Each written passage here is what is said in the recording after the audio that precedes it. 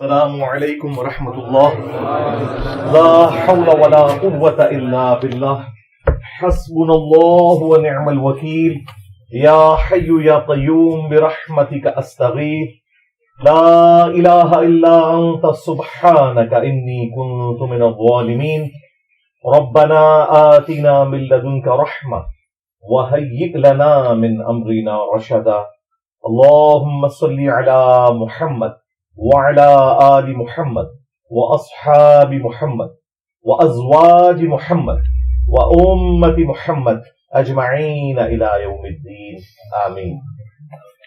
الحمد لله رب العالمين والصلاة والسلام على سيد الأنبياء والمرسلين وعلى آله وأصحابه أجمعين إلى يوم الدين.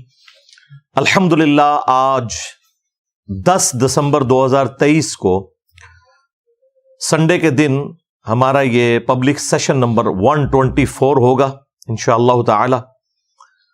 آپ کے یہ ریئل ٹائم سوالات پرچیوں کی شکل میں میرے پاس آ چکے ہیں. انشاءاللہ انہیں ہم بعد میں ڈسکس کریں گے. پہلے کرنٹ افیئر کے طور پر ایک ایشو میں نے ڈسکس کرنا ہے. آج سے تقریباً 10 دن پہلے ڈاکٹر اسرار احمد رحمہ اللہ تعالی کی جو تنظیم ہے تنظیم اسلامی، ان کے آفیشیل پیج سے ایک ویڈیو اپلوڈ ہوئی جس میں جو ان کے اس وقت کے موجودہ امیر ہیں شجاع الدین شیخ صاحب حفظہ اللہ تعالی، ان سے ایک کوشچن پوچھا گیا اور اس کے جواب میں انہوں نے کچھ فرمایا جو ڈائریکٹلی میرے سے ریلیٹڈ تھا، کیونکہ اسی پلیٹ فارم سے متعلق اسپیسیفکلی میرا نام لے کے کوشچن پوچھا گیا. ویسے تو ان کے آفیشیل چینل جو تنظیم اسلامی کا ہے اس کو آپ وزٹ کریں تو اس سے پہلے بھی اور اس کے بعد والی بھی ویڈیوز ان کی ویورشپ سینکڑوں میں ہے. چند ایک ایسی ہیں ویڈیوز جو ہزاروں میں گئی ہیں، لیکن یہ والی جو ویڈیو ہے یہ آلموسٹ 1.25 لاکھ کراس کر گئی ہے. تو چونکہ مجھ سے ریلیٹڈ تھی اس لیے میں اپنا حق سمجھتا ہوں کہ اس پر اپنی طرف سے بھی کوئی کامنٹس کروں جو میرے بارے میں انہوں نے کامنٹس کیے. وہ ویڈیو آپ ان کے آفیشیل پیج سے جا کے دیکھ سکتے ہیں، اس میں کافی ساری باتیں انہوں نے کی ہیں. کچھ چیزوں کے جواب تو انہوں نے بڑے اچھے طریقے سے دے دیے. مثلاً مجھ سے متعلق یہ پوچھا گیا کہ انجینئر صاحب اپنے آپ کو ڈاکٹر اسرار صاحب کا اسٹوڈنٹ کہتے ہیں، تو اس کو بڑا اچھا انہوں نے کلیریفائی کیا کہ وہ اسٹوڈنٹ ان معنوں میں نہیں کہتے کہ باقاعدہ کوئی ان کے سامنے بیٹھ کے انہوں نے کوئی علم حاصل کیا ہوا ہے. اس اعتبار سے تو ڈاکٹر اسرار صاحب رحمہ اللہ کو علماء بھی جاہلی تصور کرتے ہیں کیونکہ ان کے پاس تو کسی مدرسے کی ڈگری نہیں ہے. تو ظاہر ہے اس قسم کا رسک وہ لوگ تو نہیں لے سکتے کہ اس قسم کی کوئی بات کریں. تو انہوں نے بڑے اچھا جواب دیا کہ دنیا میں 1/3 سے زیادہ مسلمان اردو یا ہندی زبان بولتے اور سمجھتے ہیں. رسم الخط میں فرق ہے، اردو ذرا ڈفرنٹ سٹائل میں لکھی جاتی ہے، ہندی ڈفرنٹ سٹائل میں، لیکن بولنے میں سمجھنے میں ایک جیسی ہے. تو انہوں نے کہا کہ اس اعتبار سے تو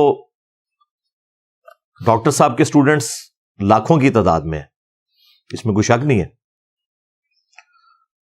اور جس سے آپ کوئی ایک بات بھی سیکھ لیں آپ اسے اپنا استاد کہتے ہیں.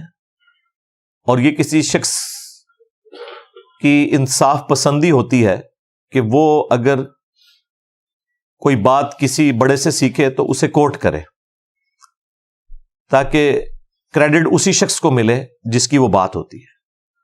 اور اس میں صرف ڈاکٹر اسرار صاحب نہیں، میں تو جاوید احمد غامدی صاحب کو بھی اپنا استاد سمجھتا ہوں، مولانا الیاس قادری صاحب کو، مولانا اسحاق صاحب کو رحمہ اللہ تعالی، غلام مسعود سعیدی صاحب کو رحمہ اللہ تعالی، پیر نصیر الدین نصیر صاحب کو رحمہ اللہ تعالی، شیخ زبیر علی زئی رحمہ اللہ تعالیٰ کو بھی اپنا استاد ہی کہتا ہوں.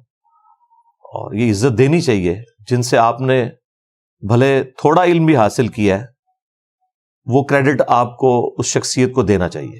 تو اس کو بڑا اچھے طریقے سے انہوں نے ریبٹل کیا. لیکن اسی ویڈیو کے اینڈ پہ جا کے انہوں نے چند ایک جملے میرے بارے میں بولے. حالانکہ اس ویڈیو میں وہ خود کہہ رہے ہیں کہ ہمارے اس پلیٹ فارم کا یہ مزاج نہیں کہ ہم کسی کا نام لے کر اس کے اوپر تنقید کریں. لیکن آپ کو پتا ہے کہ دنیا میں ایک ہی بندہ ہے جو سافٹ ٹارگٹ ہے مذہبی طبقے کا خصوصاً، اور وہ میں ہوں. مجھ سے متعلق بات کرتے ہوئے سارے لوگ اپنے رولز کو پسے پش ڈال دیتے ہیں. کوئی بھی آؤٹ آف کانٹیکسٹ ویڈیو کاٹنے سے باز نہیں آتا، کوئی بھی آؤٹ آف کانٹیکسٹ میری گفتگو کو کوٹ کرنے سے باز نہیں آتا. یہاں پر بھی انہوں نے میرے حوالے سے 2-3 جملے بولے، اسی کو انشاءاللہ میں رسپانس کروں گا. میں نے یہ ویڈیو پہلے ریکارڈ کروانی تھی، لیکن میں نے کہا کہ میں پہلے ان لوگوں سے رابطہ کروں جو لوگ ڈائریکٹلی اس میں انوالو ہیں. جو ان کے اینکر پرسن ہیں آصف حمید بھائی، وہ ڈاکٹر اسرار صاحب کے چھوٹے بیٹے ہیں جو ان سے کوسچن پوچھ رہے تھے. تو میں نے ان سے رابطہ کیا. ان سے پہلے بھی رابطہ رہتا ہے، کئی سالوں سے رابطہ ہے.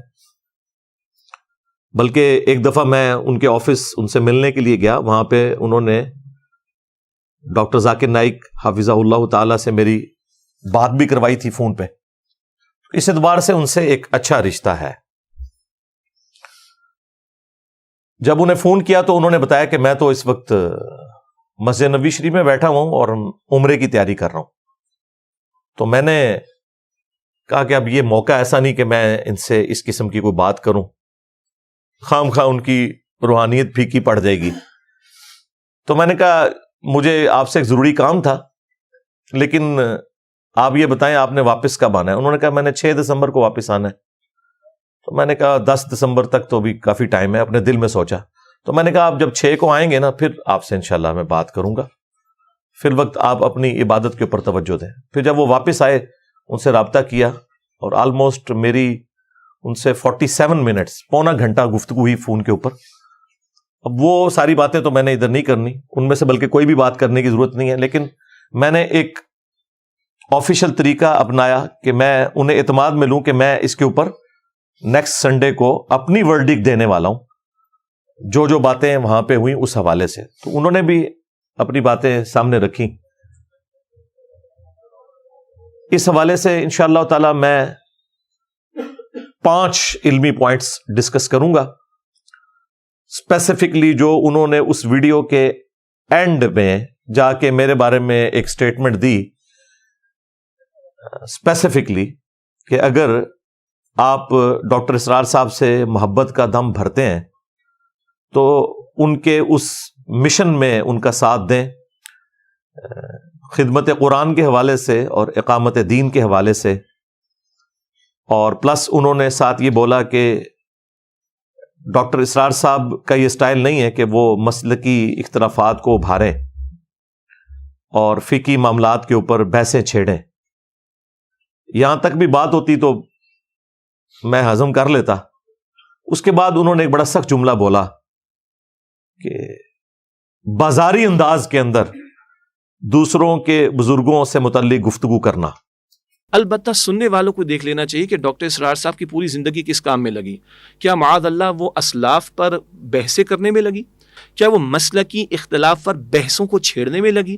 کیا وہ افراد اور شخصیات کے اوپر بازاری قسم کے انداز سے کلام کرنا؟ استغفر اللہ، قطعاً نہیں. کیا وہ افراد اور شخصیات کے اوپر بازاری قسم کے انداز سے کلام کرنا؟ استغفر اللہ، قطعاً نہیں. یہ جملہ ایسا ہے جس نے مجھے مجبور کیا کہ میں تنظیم اسلامی، ان کے امیر صاحب اور ان سے محبت کرنے والوں کو تصویر کا دوسرا رخ دکھاؤں کہ تنظیم اسلامی نے جس فرقہ دیوبندیہ کی کوک سے جنم لیا ہے، اس فرقہ دیوبندیہ کی اپنی اخلاقیات کیا ہیں، ان کے بزرگوں کی اخلاقیات کیا ہیں. ان لوگوں کے بارے میں تو آپ ایک جملہ بولنے کے لیے تیار نہ ہو اور اللہ کے فضل سے مجھے سمجھانے کے لیے پوری دنیا میدان عمل میں اتری ہے. بڑی اچھی بات ہے. آپ لوگ مجھے سمجھاتے ہیں تو پھر میں آپ کو کہتا ہوں کہ رکو ذرا، صبر کرو، ہمارا مقدمہ بھی سن لو. تو یہ اگر آپ لوگ مجھے فل ٹاس نہ دیں تو مجھے تو کبھی موقع نہ ملے. لیکن میں کوشش کروں گا کہ احترام کے دائرے کے اندر، چونکہ اب اس وقت ہمارے مخاطبین وہ لوگ ہیں جو واقعی اپنے بھول پن کے اندر ہماری اصلاح کا ایک بیڑا اٹھائے ہوئے ہیں، تو پھر پازیٹیو انداز میں انہیں بتائیں گے کہ بھائی آپ کو نہیں پتا کہ معاملات کتنے گمبھیر ہیں. ایون ڈاکٹر اسرار صاحب رحمہ اللہ تعالی خود اپنے بارے میں کہتے تھے کہ میں اختلافی موضوعات کے اندر امی ہوں، میں حدیث کے نالج کے اعتبار سے امی ہوں، میں نے اپنی ساری زندگی قرآن کے اوپر لگائی ہے. تو ظاہر ہے جس تنظیم کے بانی کا اپنے بارے میں یہ دعویٰ ہے کہ میں اس طرح کی فیلڈز میں امی ہوں، تو اس تنظیم کے جو اراکین ہیں ان کا اپنا لیول کیا ہوگا وہ آپ خود سمجھ سکتے ہیں.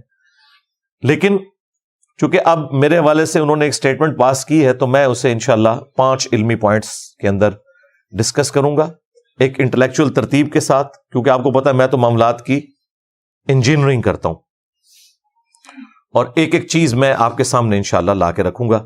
لیکن تفصیل میں جانے سے پہلے ایک دفعہ دروشی پڑھ لیں. اللہم صلی علی محمد وعلی آل محمد واصحاب محمد وازواج محمد وامت محمد اجمعین الی یوم الدین آمین. ہاں جی، 5 علمی پوائنٹس جو میں نے ڈسکس کرنے تھے، ان میں سے علمی پوائنٹ نمبر 1 وہ کہتے ہیں کہ جی انجینئر صاحب مسلکی اختلافات کے اوپر بحثیں چھیڑنے کی بجائے اقامت دین کے اوپر اور قرآن کی خدمت کے اوپر کام کریں. اب انہیں کون بتائے کہ اللہ کے فضل سے آپ کے سینکڑوں سال کے بزرگوں نے جو توحید کے اعتبار سے کرپشن کی تھی اور ان کے مخالفین آٹے میں نمک کے برابر لوگ توحید کی بات امت تک نہیں پہنچا سکے، جس کا اینڈ رزلٹ سب کانٹیننٹ میں قبر پرستی کی شکل میں سامنے آیا.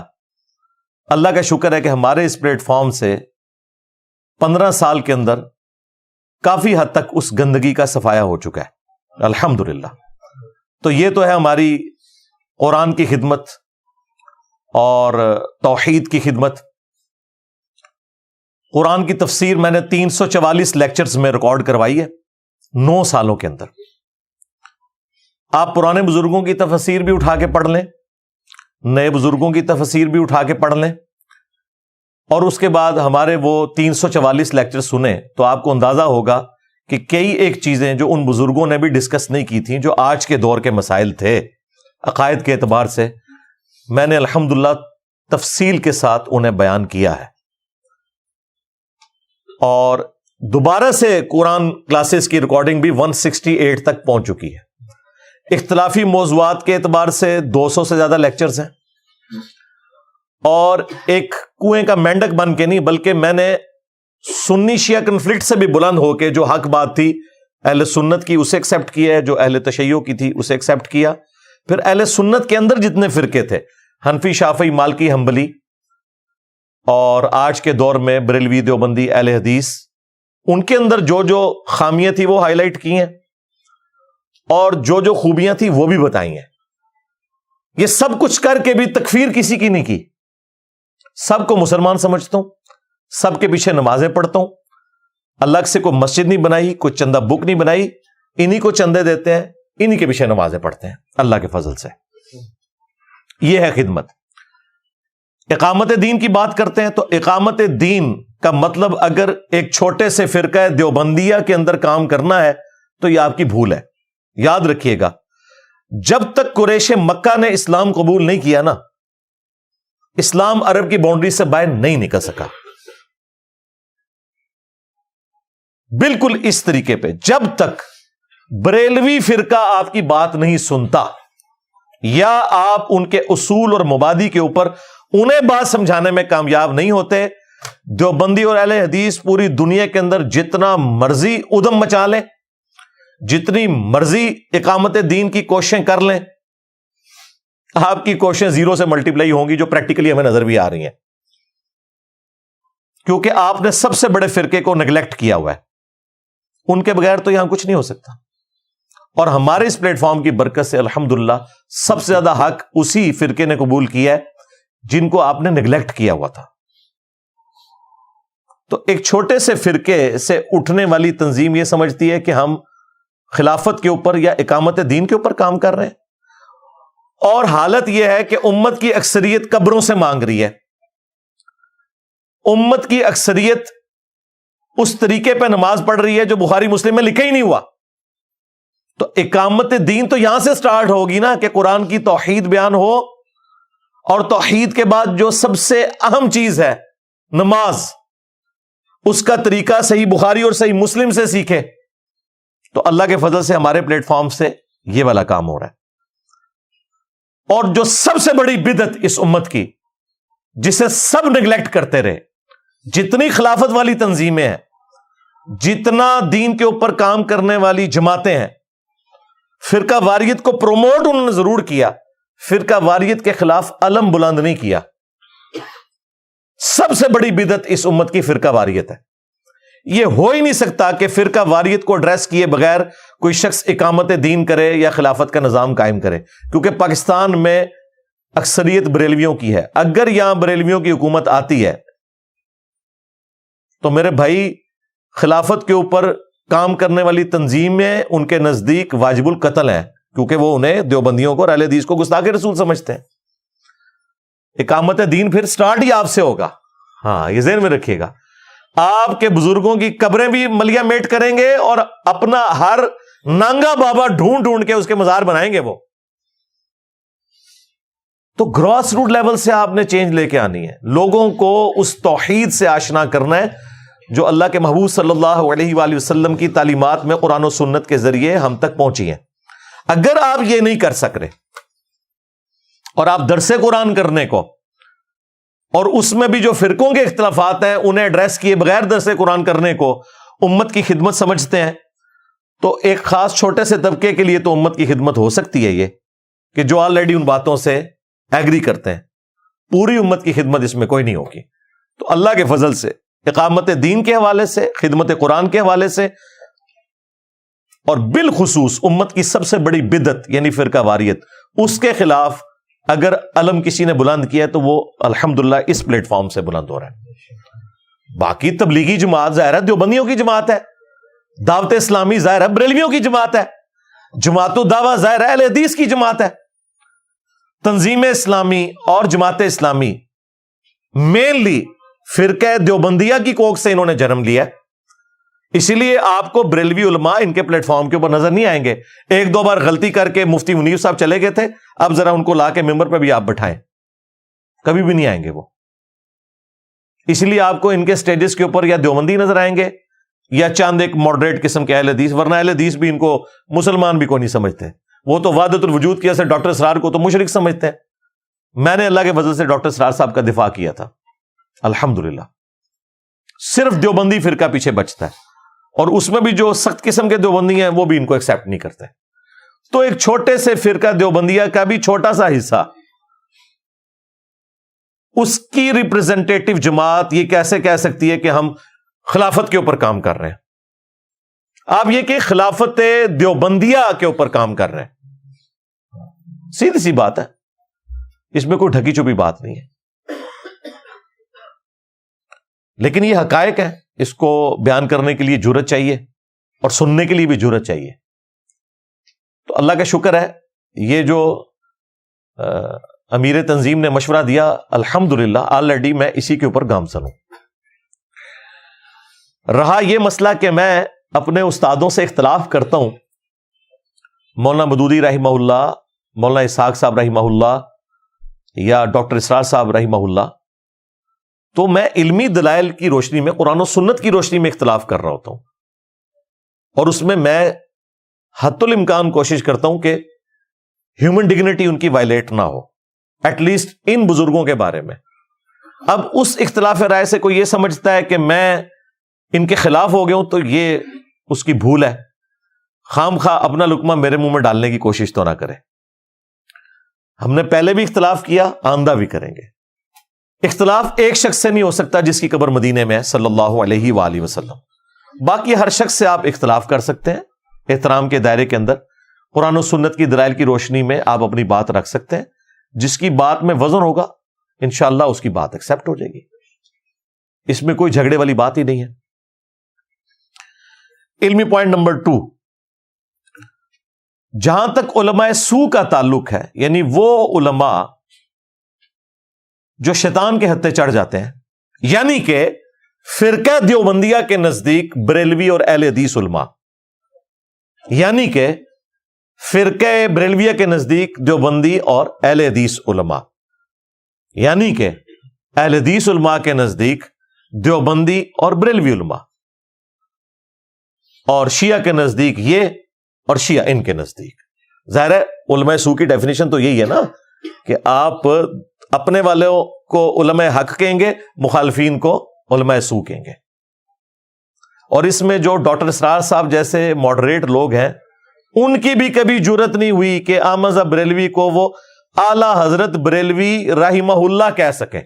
نہیں، احمد بریلوی مرحوم کہتے ہیں، لیکن وہی ڈاکٹر اسرار صاحب آپ کو اشرف علی تھانوی رحمت اللہ علیہ کہتے ہوئے سنائی دیں گے.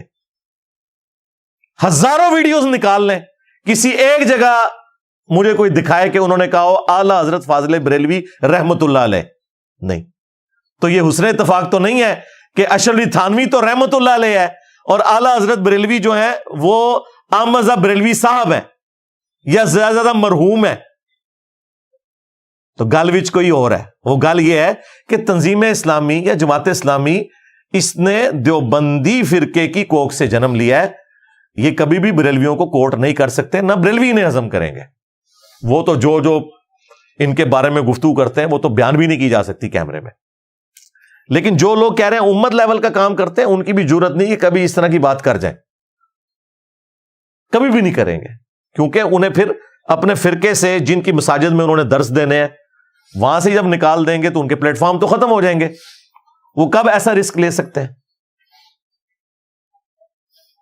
پھر صرف یوٹیوب کے اوپر ہی کام ہوگا ان کا. تو اس لیے وہ کبھی بھی اس طرح کا رسک نہیں لیتے. تو علماء سو کے حوالے سے ڈاکٹر اسرار صاحب کا جو موقف تھا، یہ میں امیر تنظیم جو اس وقت کے ہیں ان کو مخاطب کر کے اور ان کی جماعت کے لوگوں کو یہ کہنے لگا ہوں کہ جو زبان ڈاکٹر اسرار صاحب نے علماء سو کے بارے میں استعمال کی ہے، اس کے اوپر میں الگ سے 2-3 گھنٹے ان کے ویڈیو کلپس لگا کے بھی ویڈیو ریکارڈ کروا سکتا ہوں. لیکن میں نمونے کے طور پر جو بیان القرآن انہوں نے ریکارڈ کروایا، 108 گھنٹے کے اندر قرآن کی تفسیر 1998 میں کراچی کے اندر انہوں نے ریکارڈنگ کروائی تھی رمضان شریف کے اندر. اور وہ ریکارڈنگ وہ ہے جو انہوں نے پوری ایک توجہ کے ساتھ ریکارڈ کروائی، پورے اہتمام کے ساتھ ریکارڈ کروائی، اور اس میں جگہ جگہ کٹنگز بھی موجود ہیں جہاں انہوں نے سخت جملے بولے. اور میرے پاس وہ ویڈیوز بھی ہیں جو بغیر کٹنگ والی ہیں، لیکن میں وہ بددیانتی نہیں کروں گا کہ میں اسے اپلوڈ کروں. وہ شروع میں انہوں نے غلطی سے اپلوڈ کر دی. وہاں جو کچھ اہل حدیث کے بارے میں، جو کچھ بریلویوں کے بارے میں ڈاکٹر اسرار صاحب نے زبان استعمال کی ہوئی ہے نا، وہ کیمرہ سن بھی نہیں سکتا. میرے پاس وہ والی ریکارڈنگ بھی پڑی ہوئی ہے. لیکن یہ بددیانتی ہوگی کہ جس ریکارڈنگ کو انہوں نے خود ہٹا دیا میں اسے جان بوجھ کے یہاں پہ دکھاؤں. جو ان کی آفیشیل ریکارڈنگ کٹنگ والی ہے نا، جو اس وقت دنیا میں چل رہی ہے ڈی وی ڈیز کی فارم میں، بلکہ میں نے تو ڈی وی ڈیز کا سیٹ جو لیا تھا اس پہ ڈاکٹر اسرار صاحب سے میں نے سگنیچر کروائے تھے. ڈاکٹر صاحب واکنٹ آئے ہوئے تھے ڈاکٹر فرحت ہاشمی کی دعوت کے اوپر، تو وہاں سے میں نے وہ ڈی وی ڈیز خریدی تھی. تو میرے پاس آج بھی موجود ہے، انہوں نے اپنے سگنیچر کر کے مجھے دیے تھے. بعد میں تو خیر میری تفصیلی ملاقات بھی ان سے ہے 13 جون 2008 کو، بلکہ یہ 13 جون 2008 والی ملاقات پہلے ہے اور واکنٹ والا ان کا ٹرپ بعد کا ہے. اس کی الگ سے ویڈیو ریکارڈ ہے، اس میں جتنی گفتگو ہوئی تھی وہ آپ دیکھ سکتے ہیں. 1 ملین سے زیادہ لوگ اس ویڈیو کو دیکھ چکے ہیں. تو جو اس وقت اسٹیبلشڈ بیان القرآن موجود ہے اس کے اندر ڈاکٹر اسرار صاحب نے جو جملے علماء سو کے بارے میں بولے ہیں میں وہ آپ کو نہ صرف کوٹ کروں گا بلکہ اس کے ویڈیو کلپس بھی بیچ میں ڈالوں گا. کوئی یہ بھی کہہ سکتا ہے کہ انجینئر صاحب اپنی طرف سے ڈاکٹر اسرار صاحب کے بارے میں بات کر رہے ہیں. بعض بیچارے جو نوخیز لڑکے نئے نئے تنظیم کے ساتھ جڑتے ہیں تو وہ سمجھتے ہیں کہ ہم ڈاکٹر صاحب کے اوپر جھوٹ باندھ رہے ہیں. تو ان کی تسلی کے لیے بھئی آپ کو ڈاکٹر صاحب سے اٹیچ ہوئے کتنا عرصہ ہوا ہے, اور مجھے ویڈیوز ان کی دیکھتے ہوئے 15 سال سے زیادہ ہو چکا ہے. مجھے تو بیان القرآن میں جہاں جہاں انہوں نے قرآن حکیم کی تلاوت کے دوران غلطیاں کی ہیں وہ جگہ بھی پتہ ہے, لیکن میں نے کبھی کو کلپ اس کا کاٹ کے اپلوڈ نہیں کیا. غلطی لگ سکتی ہے, چھوڑ دیں. ابھی دیوبندیوں کے منہ کے اوپر اتنی بڑی کالک ملی گئی ہے. فلسطین کانفرنس کے اندر پلانٹ ارتھ پہ جو دیوبند کے سب سے بڑے مفتی ہیں, جن کو یہ مفتی اعظم پاکستان بھی کہتے ہیں, شیخ الاسلام کہتے ہیں, مفتی تقی عثمانی صاحب حافظہ اللہ تعالی. اور یہ میں ان کے اوپر ٹونٹ نہیں کر رہا, بشری تقاضا کسی سے بھی ہو سکتا ہے. میں ان کے ماننے والوں کے اوپر ٹونٹ کر رہا ہوں جو اس بنیاد کے اوپر کسی کے بارے میں کہہ دیتے ہیں جی قرآن پڑھنا نہیں آتا. انہوں نے قرآن کی ایک آیت جو مشہور زمانہ آیت تھی, سورہ توبہ کی آیت نمبر 24, اس میں کم از کم 4 جگہ پہ غلطی کی ہے ایک آیت کے اندر. لکمے دے کے بھی ان کی غلطی درست نہیں ہوئی پیچھے سے, پھر اینڈ پہ انہوں نے صرف ترجمے بیان کر دیا. اب ہم کیا ان کا مذاق اڑانا شروع کرتے ہیں؟ نہیں, غلطی لگ سکتی ہے. ابھی تو میں غلطی بتا رہا ہوں جو آیات کے اندر ہے. جو تجوید کی غلطیاں ہیں وہ تو ظاہر ہے یہ لوگ قاری نہیں ہیں, نہ مفتی تقی عثمانی صاحب قاری ہیں, نہ مفتی منیب صاحب قاری ہیں. میں اس طرح کی غلطیاں بھی نکال سکتا ہوں کیونکہ میں نے تو میٹرک لیول سے قرات سیکھی ہوئی ہے الحمدللہ.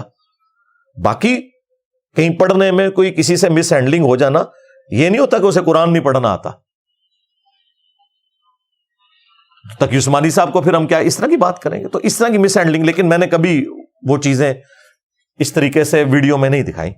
تو ڈاکٹر اسرار صاحب نے جو 5 جملے علماء سو کے بارے میں بولے ہیں نا, میں وہ ایک ایک جملہ آپ کو سناتا ہوں اور ویڈیو کلپس بھی لگاؤں گا. پھر آپ نے فیصلہ کرنا ہے کہ جو لوگ ہمیں مشورہ دیتے ہیں کہ انجینئر صاحب جو ہے بازاری لینگویج استعمال کرتے ہیں, تو کیا یہی توپوں کا رخ آپ اپنے امیر کی طرف بھی کریں گے جو بانی تنظیم ہے؟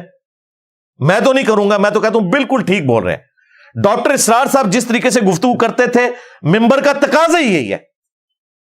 صحیح مسلم میں 2005 نمبر حدیث ہے, اور یہ حدیث وہ ہے جو جابر بن عبداللہ سے امام محمد باقر علیہ السلام نے روایت کی ہے, اور ان سے ان کے بیٹے امام جعفر صادق علیہ السلام نے روایت کی ہے.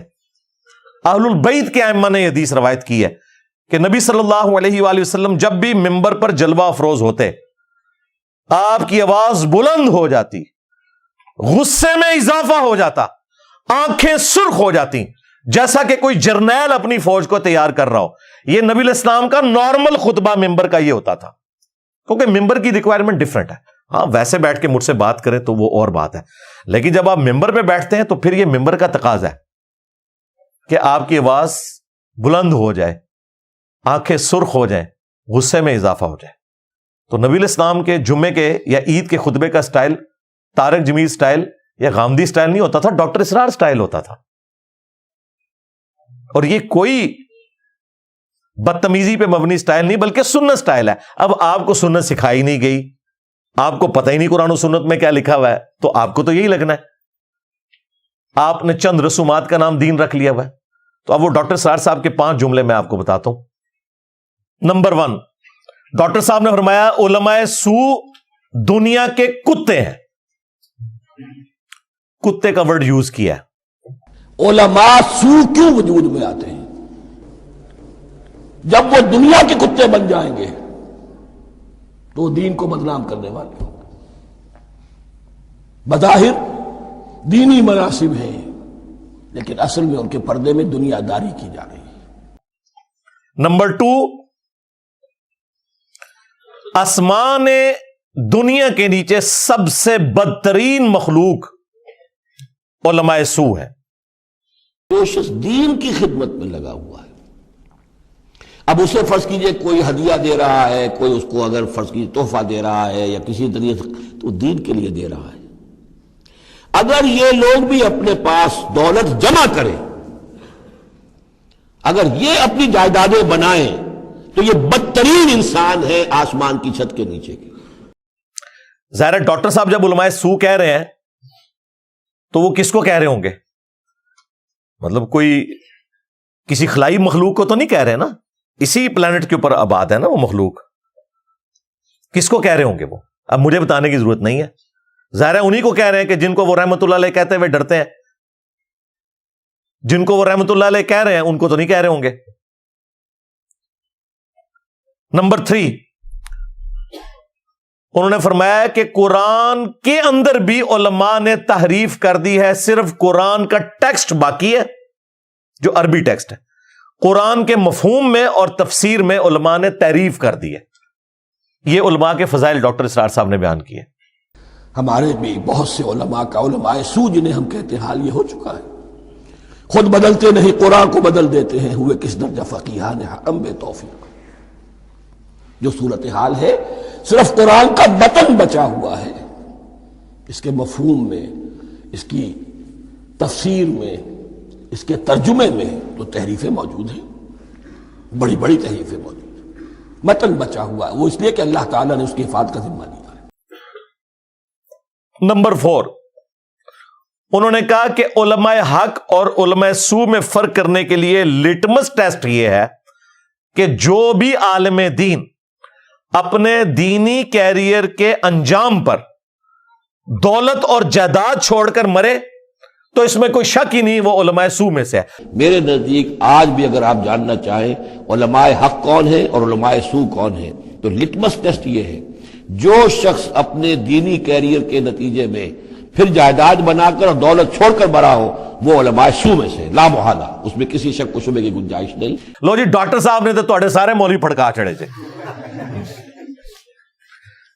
مرنے کے بعد زندگی میں ان کے ایسٹس دیکھیں, تنخواہیں 10-10, 20-20 ہزار اور گاڑیاں اور ڈرائیور رکھے ہوئے.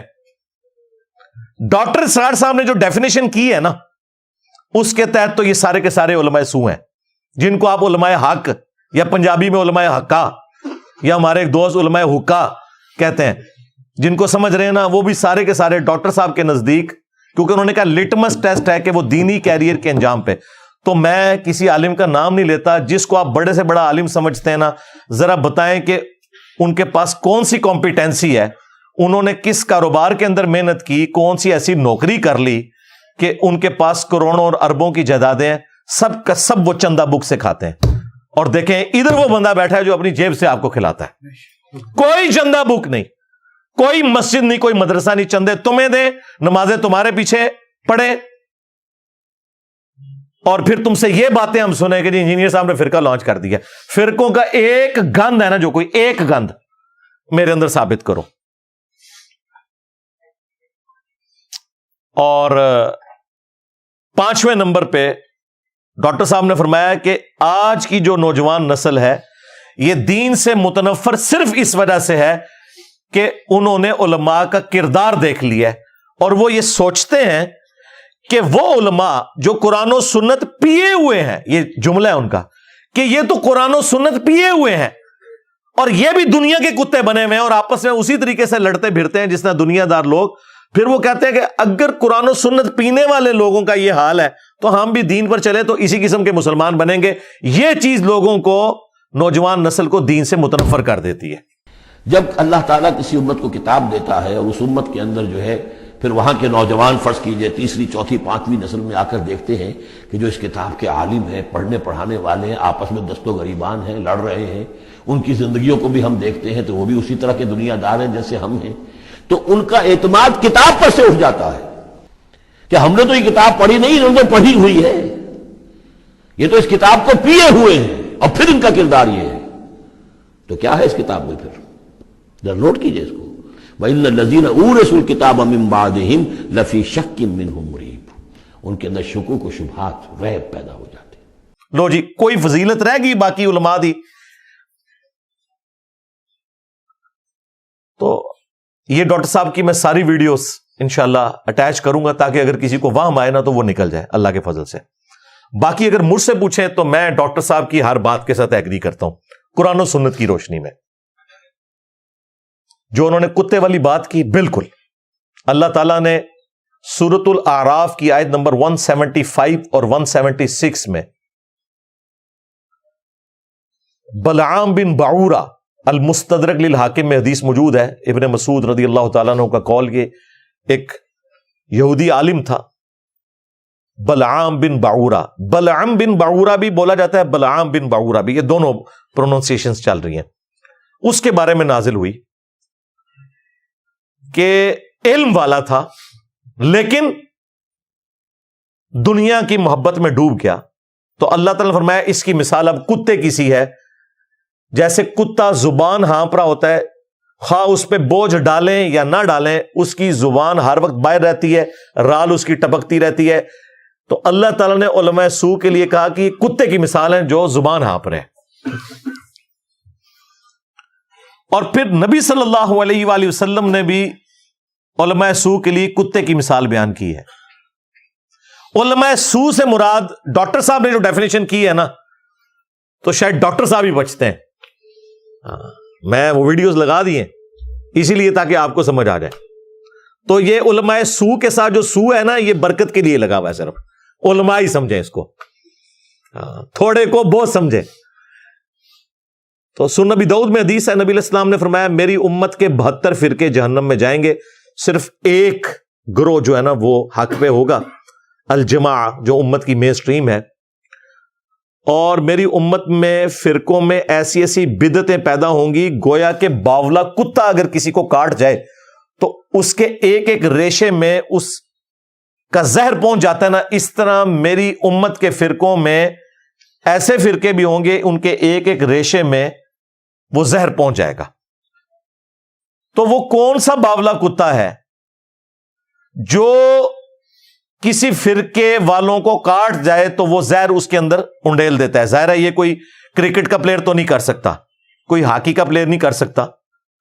یہ کتا وہ ہوگا کہ جو آپ کو جمعے والے دن رسول اللہ کے ممبر کے اوپر نظر آتا ہے اور اس ممبر پہ بیٹھ کے آپ کو جھوٹی قصہ کہانیاں اور شرک پہ مبنی واقعات سناتا ہے, قرآن و سنت کے خلاف تعلیمات دیتا ہے, حتیٰ کہ یہاں تک کہتا ہے کہ قرآن و حدیث ڈائریکٹ نہ پڑھنا گمراہ ہو جاؤ گے. یہ بات کوئی یہودی کرے تو ہم اس کی زبان کھینچنے کے لیے بھی اٹھ کھڑے ہوں, لیکن اس مفتی سے ہم جمعے کے ممبر پہ جب یہ بات سنتے ہیں قرآن و حدیث ڈائریکٹ نہ پڑھنا گمراہ ہو جاؤ گے, ہم کہتے ہیں مفتی صاحب نے فرما دیا.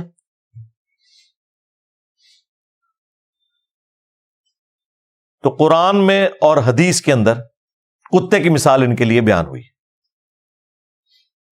پھر قرآن میں اللہ تعالیٰ نے علماء یہود کو گدھے کی مثال بیان کیا. کیوں؟ گدھے کے اوپر آپ کتابیں لاد دیں وہ اس سے استفادہ نہیں کر سکتا. ان کے شوکیسوں میں بھی قرآن بخاری مسلم پڑھے ہوئے ہیں, گویا کہ لدی ہوئی ہیں کتابیں, یہ ان کو کھول کے ان سے استفادہ نہیں کرتے, الٹا آپ کو کہتے ہیں قرآن حدیث ڈائریکٹ نہ پڑھنا گمراہ ہو جاؤ گے. تو اللہ تعالیٰ نے فرمایا کہ یہ گدھے کی مثال ہے. علماء یہود ان کی کتابوں میں پروفیسیز موجود تھیں کہ پیغمبر آخر الزمان صلی اللہ علیہ وآلہ وسلم نے آنا ہے, اس کے باوجود انہوں نے حق قبول نہیں کیا. اور بخاری اور مسلم دونوں میں حدیث ہے, نبی علیہ السلام نے فرمایا کہ میں نے اپنی امت کے ان وائزین کو, علماء کو, جہنم میں اپنی انتڑیوں کے گرد کولو کے گدھے کی طرح چکر کاٹتے ہوئے دیکھا ہے. جس طریقے سے کولو کا بیل ہوتا ہے نا, اونٹ ہوتا ہے, تو گدھے سے بھی یوں چکر کٹوایا جاتا تھا گندم کو سٹوں سے الگ کرنے کے لیے. تو وہ اپنی انتڑیوں کے گرد چکر کاٹ رہے ہیں اور جہنمی ان کے گرد جمع ہوتے ہیں. بخاری مسلم کے الفاظ ہیں, پوچھتے ہیں کہ یار تو ہمیں دنیا میں نیکی کا حکم دیتا تھا, حضرت صاحب تسی بھی. تو وہ کہے گا کہ افسوس, میں تمہیں نیکی کا حکم دیتا تھا, برائی سے روکتا تھا, لیکن خود وہی کام کرتا تھا جو تم لوگ کر رہے ہو, کیونکہ وہ بھی جنت میں پہنچے ہوئے نا. کئی استاد جنت میں بھی پہنچ چکے ہوں اس کی باتیں سن کے. اس لیے کہتے ہیں جی مولوی جو کہتا ہے نا اس کے مطابق چلنا چاہیے اگر وہ قرآن و سنت کے مطابق کہہ رہا ہے, اور جو کرتا ہے اس کے مطابق بالکل نہیں چلنا چاہیے, کیونکہ وہی مرضی ہوتی ہے لمحہ پا لینا, پھر اپنی باری آ جائے تو. وہ پنجابی میں جو محاورہ بولا جاتا ہے. بہرحال اب مجھے بتائیں, وہ علماء جو ممبروں پہ آپ کو کہہ رہے ہیں کہ قرآن و حدیث ڈائریکٹ نہ پڑھنا گمراہ ہو جاؤ گے, کیا یہ اسلام کے غدار نہیں ہے؟ ان فرقہ باز اور اسلام کے دشمن علماء کو ننگا کرنا کیا یہ اس وقت کی سب سے بڑی ضرورت نہیں ہے؟ یہ کام کسی نے نہیں کرنا, یہ وہ کام ہے جو اس پلیٹ فارم کی لیگیسی ہے. جس کام کو کوئی بڑے سے بڑا عالم بھی ہاتھ نہیں ڈال سکا، کیونکہ اس کے ساتھ جان کا خطرہ جڑا ہوا ہے، اس کے ساتھ فیم کا خطرہ جڑا ہوا ہے۔ دیکھیں پرانے جتنے بزرگ بابے علماء آتے تھے نا، کسی فرقے کی کوکھ سے جنم لیتے تھے اور عروج پہ پہنچتے تھے۔ خواہ وہ طارق جمیل صاحب ہوں، فرقہ دیوبندیہ سے نکلے ہیں، تبلیغی جماعت کا پلیٹ فارم تھا۔ الیاس قادری صاحب ہوں، فرقہ بریلویہ سے نکلے۔ آج تک ایسا نہیں ہوا تھا کہ ایک بندہ اکیلا اٹھے سارے فرقوں کو للکارے اور علم کی بنیاد کے اوپر انہیں الٹ کے رکھتے۔ یہ اللہ تعالیٰ کی غیبی مدد ہے، الحمدللہ۔ یہ اس وقت کی ضرورت ہے، فرقہ واریت کے خلاف جہاد کرنا۔ اور جو بندہ جہاد کر رہا ہے، آپ خود کر نہ سکیں، اس کے بارے میں کہ یہ بازاری زبان استعمال کرتا ہے اور یہ کرتا ہے وہ کرتا ہے، تو وہ میں نے آپ کو ڈاکٹر اسرار صاحب کی بھی زبان بتا دی۔ ابھی تو میں آپ کے بزرگوں کی، فرقہ دیوبندیہ کی کوکھ سے جنم لیا ہے جس تنظیم نے، ان کے بزرگوں کی زبان بھی ابھی آپ کو بتاتا ہوں۔ ہو سکتا ہے کسی کو وہم آئے کہ یہ بعد والے لوگ ذرا خراب ہو گئے، پرانے ٹھیک سے، پرانے تے اللہ معافی دے، توبہ توبہ توبہ کرو۔ وہ تے اس تو زیادہ پیڑے سن، یہ تے میڈیا دی وجہ نال تھوڑے ہلکے ہو گئے نے، وہ بہت پاری سن۔ اچھا یہاں پہ میں ضمناً ایک بات عرض کروں، بعض لوگ سورۃ البقرہ سے وہ آیت لے کے آتے ہیں کہ قرآن میں لکھا ہوا ہے یضل بہ کثیرا ویہدی بہ کثیرا، تو قرآن پڑھ کے تو لوگ گمراہ ہوں گے۔ بھئی جس کا یہ عقیدہ ہے نا کہ قرآن لوگوں کو گمراہ کرتا ہے، وہ شخص پکا کافر ہے، اس کے کفر میں شک کرنے والا بھی کافر ہے۔ کیا قرآن لوگوں کو گمراہ کرنے والی کتاب ہے؟ نعوذ باللہ، یہ تو ھدی للناس وبینات من الہدی والفرقان، پوری انسانیت کے لیے ہدایت ہے، اور اس میں ہدایت کے روشن دلائل ہیں، اور حق اور باطل میں تمیز کرنے والی ہے، الفرقان۔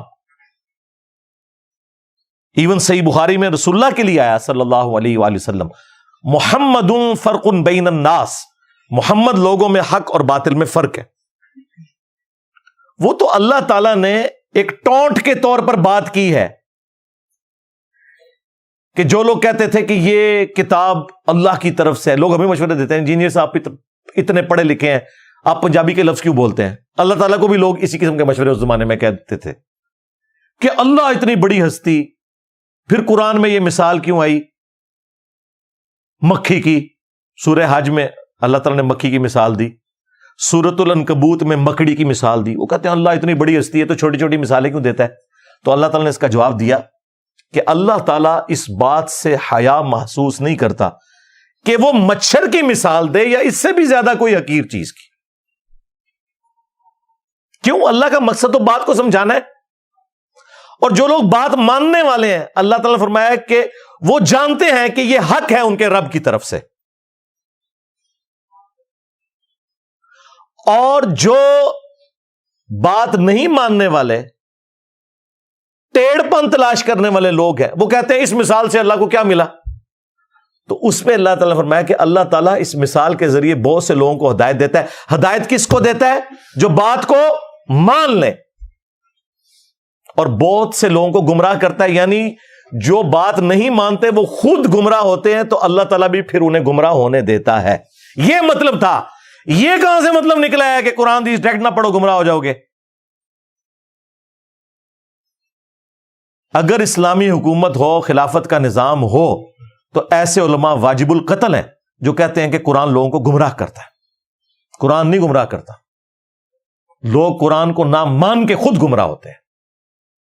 قرآن میں ہی کہاں لکھا ہوا تھا؟ بس مفتیوں کو، ان فرقہ بازوں کو پتا تھا ہمارے عقیدے قرآن و سنت کے خلاف ہیں، تو ہماری غلطیوں پہ پردہ ڈالنے کا طریقہ یہی ہے کہ یہ بات پبلک میں مشہور کر دو، بس اس لیے سارا یہ ڈرامہ بازی انہوں نے کی۔ علمی پوائنٹ نمبر 3، جو امیر تنظیم تھے انہوں نے سورۃ الانعام کی آیت نمبر 108 میرے متعلق کوٹ کرتے ہوئے مجھے سمجھاتے ہوئے کہا وَلَا تَسُبُّوا الَّذِينَ يَدْعُونَ مِن دُونِ اللَّهِ فَيَسُبُّوا اللَّهَ عَدْوًا بِغَيْرِ عِلْمٍ، لوگوں کے جھوٹے معبودوں کو گالی مت دو ورنہ وہ لا علمی میں تمہارے سچے معبود کو گالیاں دیں گے. اندازہ کریں اس آیت کا میرے سے کیا لینا دینا تھا؟ کیا میں ہندوؤں کے خداؤں کو گالی دیتا ہوں؟ کیا میں نے کرسچنز یا جیوز نے جن لوگوں کے بارے میں غلط عقیدے کلیم کیے ہیں انہیں گالیاں دیتا ہوں؟ نہیں. ان کے بابوں کو ہاتھ ڈالتا ہوں. تو وہ کافروں والی آیت میرے اوپر لگا رہے ہیں. یہ کافروں سے متعلق کہا گیا تھا کہ ان کے جھوٹے معبودوں کو گالی نہیں دینی، یہ تمہارے سچے معبود کو گالی دیں گے. کیا بریلوی، دیوبندی، اہل حدیث، شیعہ کا معبود کوئی اور ہے اور میرا معبود اور ہے؟ ایک ہی ہے.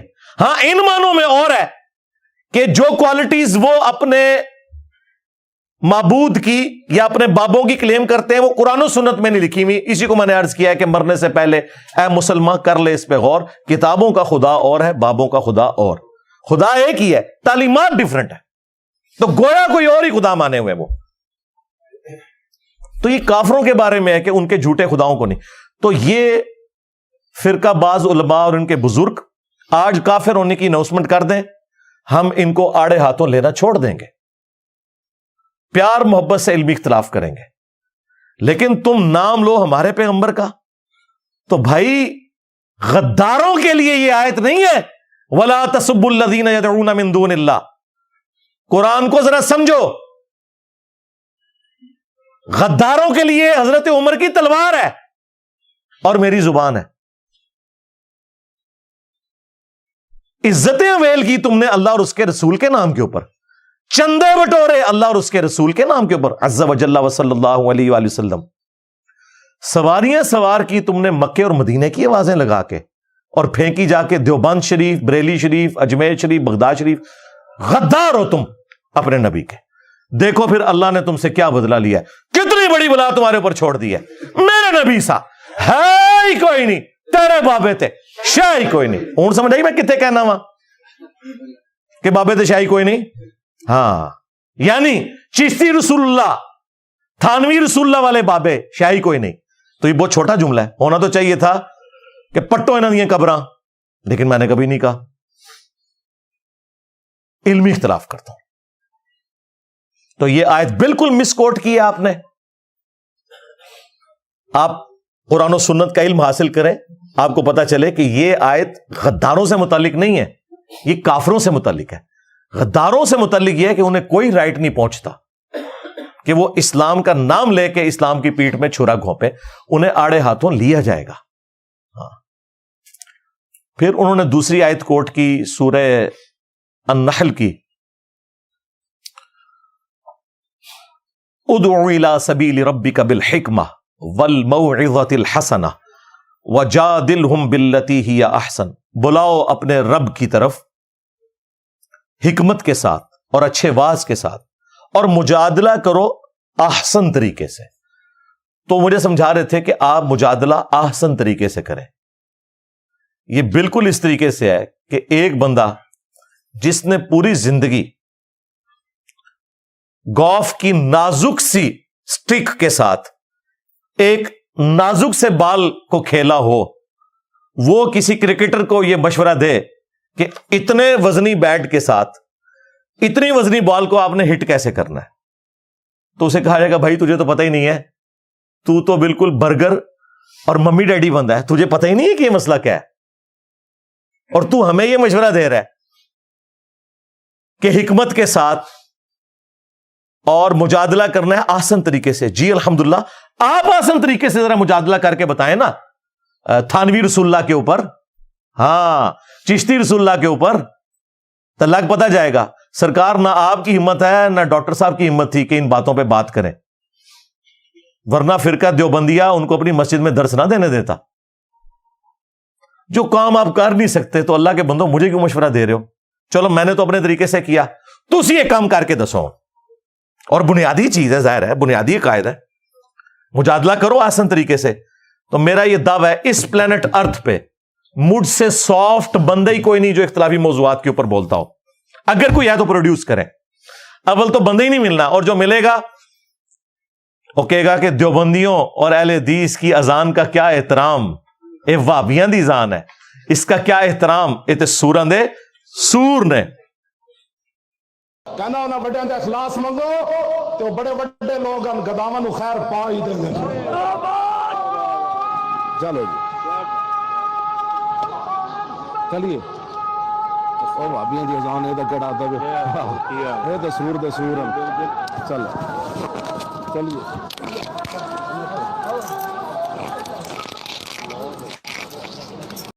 تو مجھ سے زیادہ سافٹ بندے ہی کوئی نہیں جو اختلافی موضوعات کے اوپر بولتا ہو. آپ لوگوں کی تو جرت ہی نہیں بولنے کی. چلیں آپ آسان طریقے سے ذرا تھانوی رسول اللہ اور چشتی رسول اللہ کے اوپر بول کے بتائیں. جناب لائف ونریبل ہو جائے گی, گھر سے نہیں نکل سکیں گے. مشورے دیندے نے منو آپ کرو نا سرکار, منو چھڑ دو, میں تو غلط طریقے نال کر رہا, تسی صحیح طریقے نال کرو. بس بس ہوا نکل گئی. ہاں پھر وہی ہوگا, گلنا سنو. تو اللہ کا شکر ہے میں سافٹ طریقے سے چل رہا ہوں. اور آپ جن بزرگوں کے ماننے والے ہیں, جن بزرگوں کے فرقوں کی کوکھ سے آپ کی تنظیم نے جنم لیا, ان کی زبان بھی میں آپ کو برکت کے لیے پیش کر دیتا ہوں. اس تو بعد میر صاحب نو بڑیاں گالاں پیڑیاں جے, یار کیوں چھیڑیا جے انجینئر صاحب نو, چھیڑیا تو اسی مگر ساڈے پی گیا جی. اس لیے کہ بھائی آپ کے میر صاحب اس وقت آپ کے فرنٹ مین بنے ہوئے, اور ان کی تنظیم بھی بیچاری بھولپن میں, اور وہ میر صاحب بھی میں کہتا ہوں بھولپن میں یہ سمجھ رہے تھے. تو میرا کام ہے نا ان کی اصلاح کرنا. تو میں انہیں بتاتا ہوں کہ ان کے بزرگوں کی کیا لینگویج تھی, کس طرح وہ آسان طریقے سے مجادلہ کرتے تھے. آپ مجھے ایمانداری سے بتائیں, میں اگر ان کے مجادلے کی باتیں ان کی کتابوں سے بتا دوں, اس کے بعد بھی یہ لوگ ان کے خلاف ویڈیو نہ ریکارڈ کروائیں اور اپنی توپوں کا رخ اس طرف نہ کریں, تو اس کا مطلب ہے یہ مجھے بتانے میں مخلص نہیں ہے, کسی کے فرنٹ مین بنے ہوئے. بالکل ہے کہ نہیں ایسا؟ لو جی ٹائم قیامت آ گئی بول کے جاتے, کوئی بھی نہیں بولے گا. ان بڑوں کے کہنے کے اوپر میرے بارے میں سارے بولنے کے لیے تیار ہو جاتے ہیں. جب میں ان بڑوں کے علمی کپڑے اتارتا ہوں تو ان کے بارے میں بات کرنے کے لیے لوگ تیار نہیں ہوتے. تو سنیں جناب, احمد بریلوی صاحب نے جب حسام الحرمین لکھی 1905 میں, جس میں علماء دیوبند پہ انہوں نے کفر کے فتوے لگائے, تو چلیں ان سے تو جو بھی بقول ان کے مس ہینڈلنگ ہوئی, اس کے جواب میں جو کتاب انہوں نے لکھی علماء دیوبند نے, اس کتاب کا نام رکھا المہند علی المفند. ہند کی تلوار ایک سٹھیائے ہوئے بابے کے اوپر. اور سٹھیائے ہوا بابا کسے کہا؟ بزرگان دین کو. جی تمہارے بزرگان دین کے جتنے ماننے والے ہیں نا, ان سے ڈبل احمد بریلوی صاحب کے ماننے والے ہیں. تو یہ جادلہم باللتی ہی احسن فرقہ دیوبندیہ کے بزرگوں نے کیوں نہیں کیا احمد بریلوی کے لیے المفند لکھا؟ پاگل بابا. اور المہند علی المفند, ہند کی تلوار ایک سٹھیائے ہوئے بابے کے اوپر. اور اس میں انہوں نے کہا کہ احمد بریلوی اور ان کی جماعت ایک شیطانی لشکر ہے جو ہم پہ حملہ آور ہو گیا. جس طرح کے انبیاء پر شیاطین حملہ آور ہوتے تھے, یہ علماء دیوبند رضی اللہ عنہم پر حملہ آور ہوئے. 14ویں صدی دے مولویوں رضی اللہ عنہم. جی لو سامو,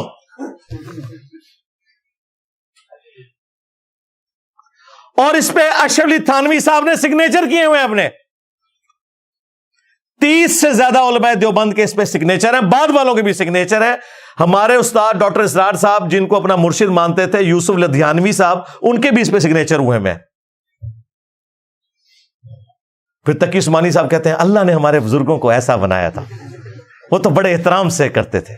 ہمارے حضرت حکیم الامت مولانا تھانوی رحمۃ اللہ علیہ کے سامنے ایک شخص نے کہا کہ جی احمد رضا بریلوی نے تو یہ بات لکھی ہے, اس طرح کہہ دیا. آپ جانتے ہیں کہ مولانا احمد رضا خان بریلوی جو ہیں, انہوں نے ہمارے اکابر کے خلاف کفر کے فتوے دیے, تو حضرت نے ڈانٹا کہ تم ایسے نام کیوں لے رہے ہو بغیر کسی تعظیمی لقب. مولوی کہتے, مولانا کہتے, مولانا احمد رضا خان بریلوی کہتے, تم نے صرف احمد رضا خان بریلوی کیوں کہا؟ وہ یعنی گویا اس کو بھی ان کی توہین سمجھا اور ٹوکا کہ ٹھیک ہے تمہارے خلاف دوسرے مسلک کے آدمی ہیں, ہمارے اوپر فتوے بھی لگائے, لیکن ہم اپنی زبان کو گندا نہیں کریں گے, ہم اپنی زبان سے ان کی توہین نہیں کریں گے. تو اللہ تبارک و تعالیٰ نے ہمارے اکابر کو ایسا بنایا کہ اپنی زبان کو ہمیشہ دائرے میں رکھتے.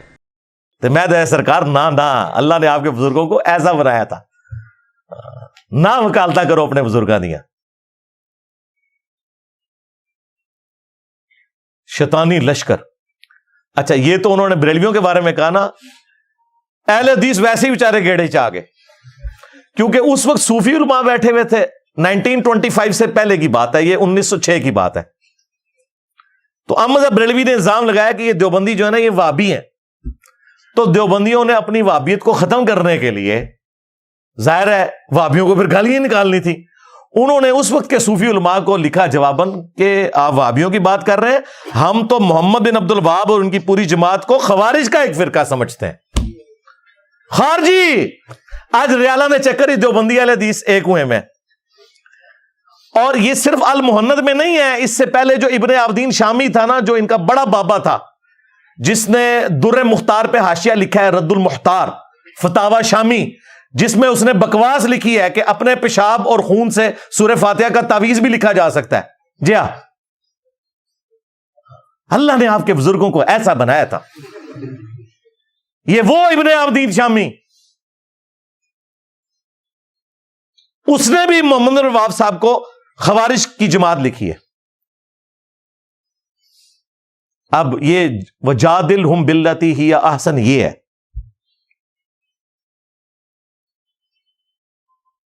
یہ اس کتاب کے اندر انہوں نے جو یعنی اپنے مخالفین کے بارے میں جو کچھ بولنا تھا وہ میں نے آپ کو بتایا. اس کے علاوہ بھی بہت ساری باتیں میں بول سکتا ہوں, لیکن پھر ٹاپک دوسری طرف چلا جائے گا. اب ایسی صورتحال کے اندر میرا کام یہ ہے کہ لوگوں کو بتایا جائے کہ ٹوٹی کمند کہاں. اصل میں پرابلم بڑوں نے خراب کیا, جس کی وجہ سے آج امت میں انڈیا کے 2 شہروں کی بنیاد کے اوپر فرقے بن گئے.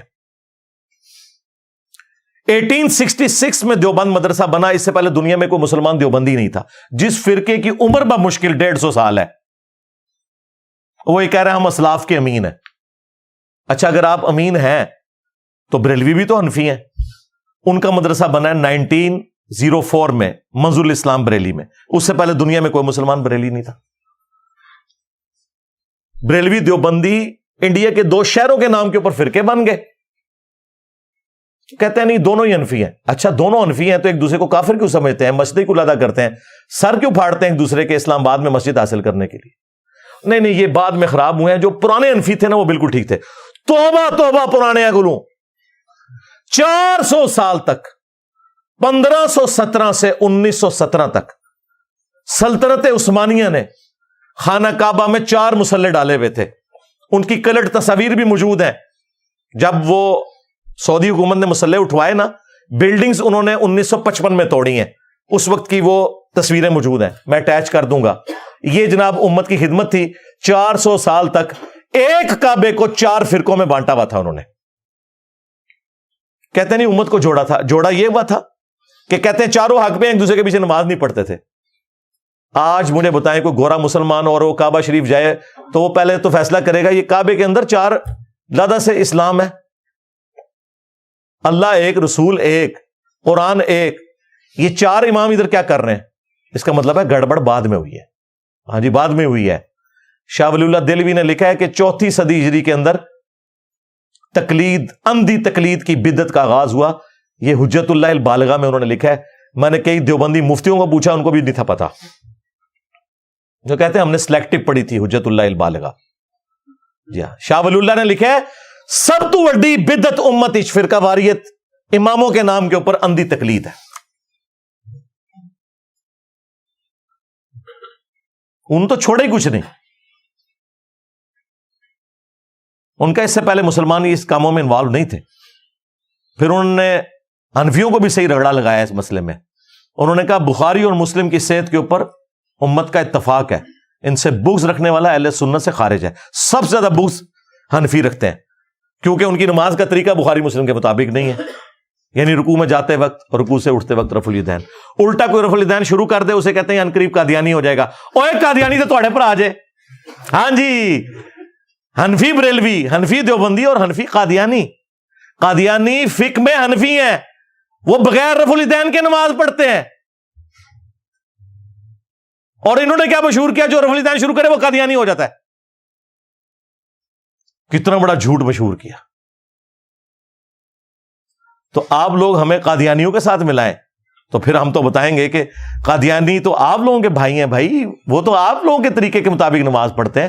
اس وقت جو ان کے مربی ہیں ان کی تو باقاعدہ ویڈیو ریکارڈ ہے کہ ہم منفی ہیں.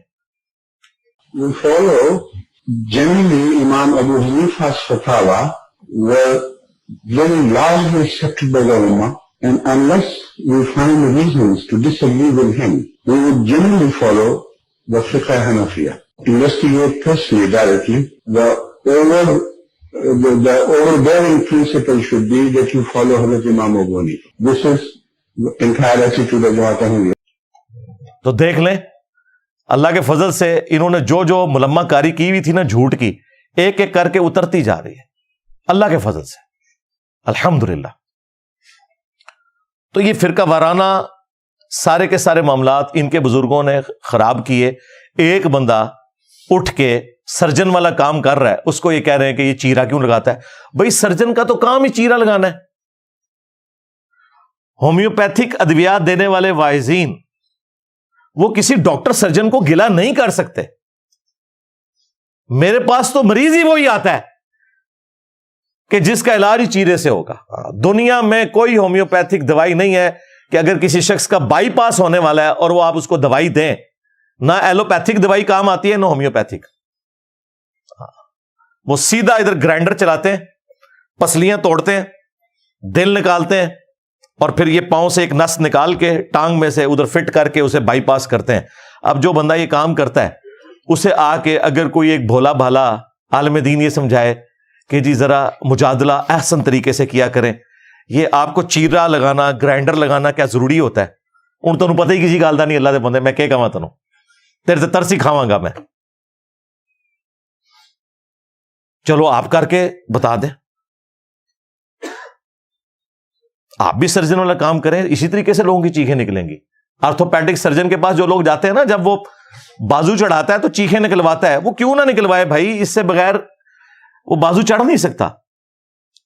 آج تک آرتھوپیڈک سرجن کو تو کسی نے نہیں کہا کہ بھئی آپ کی کلینک سے ہر وقت چیخوں کی آواز آتی ہے. لوگ کہتے ہیں اس کا کام ہی ایسا ہے. سرکار ہمارا بھی کام ایسا ہے.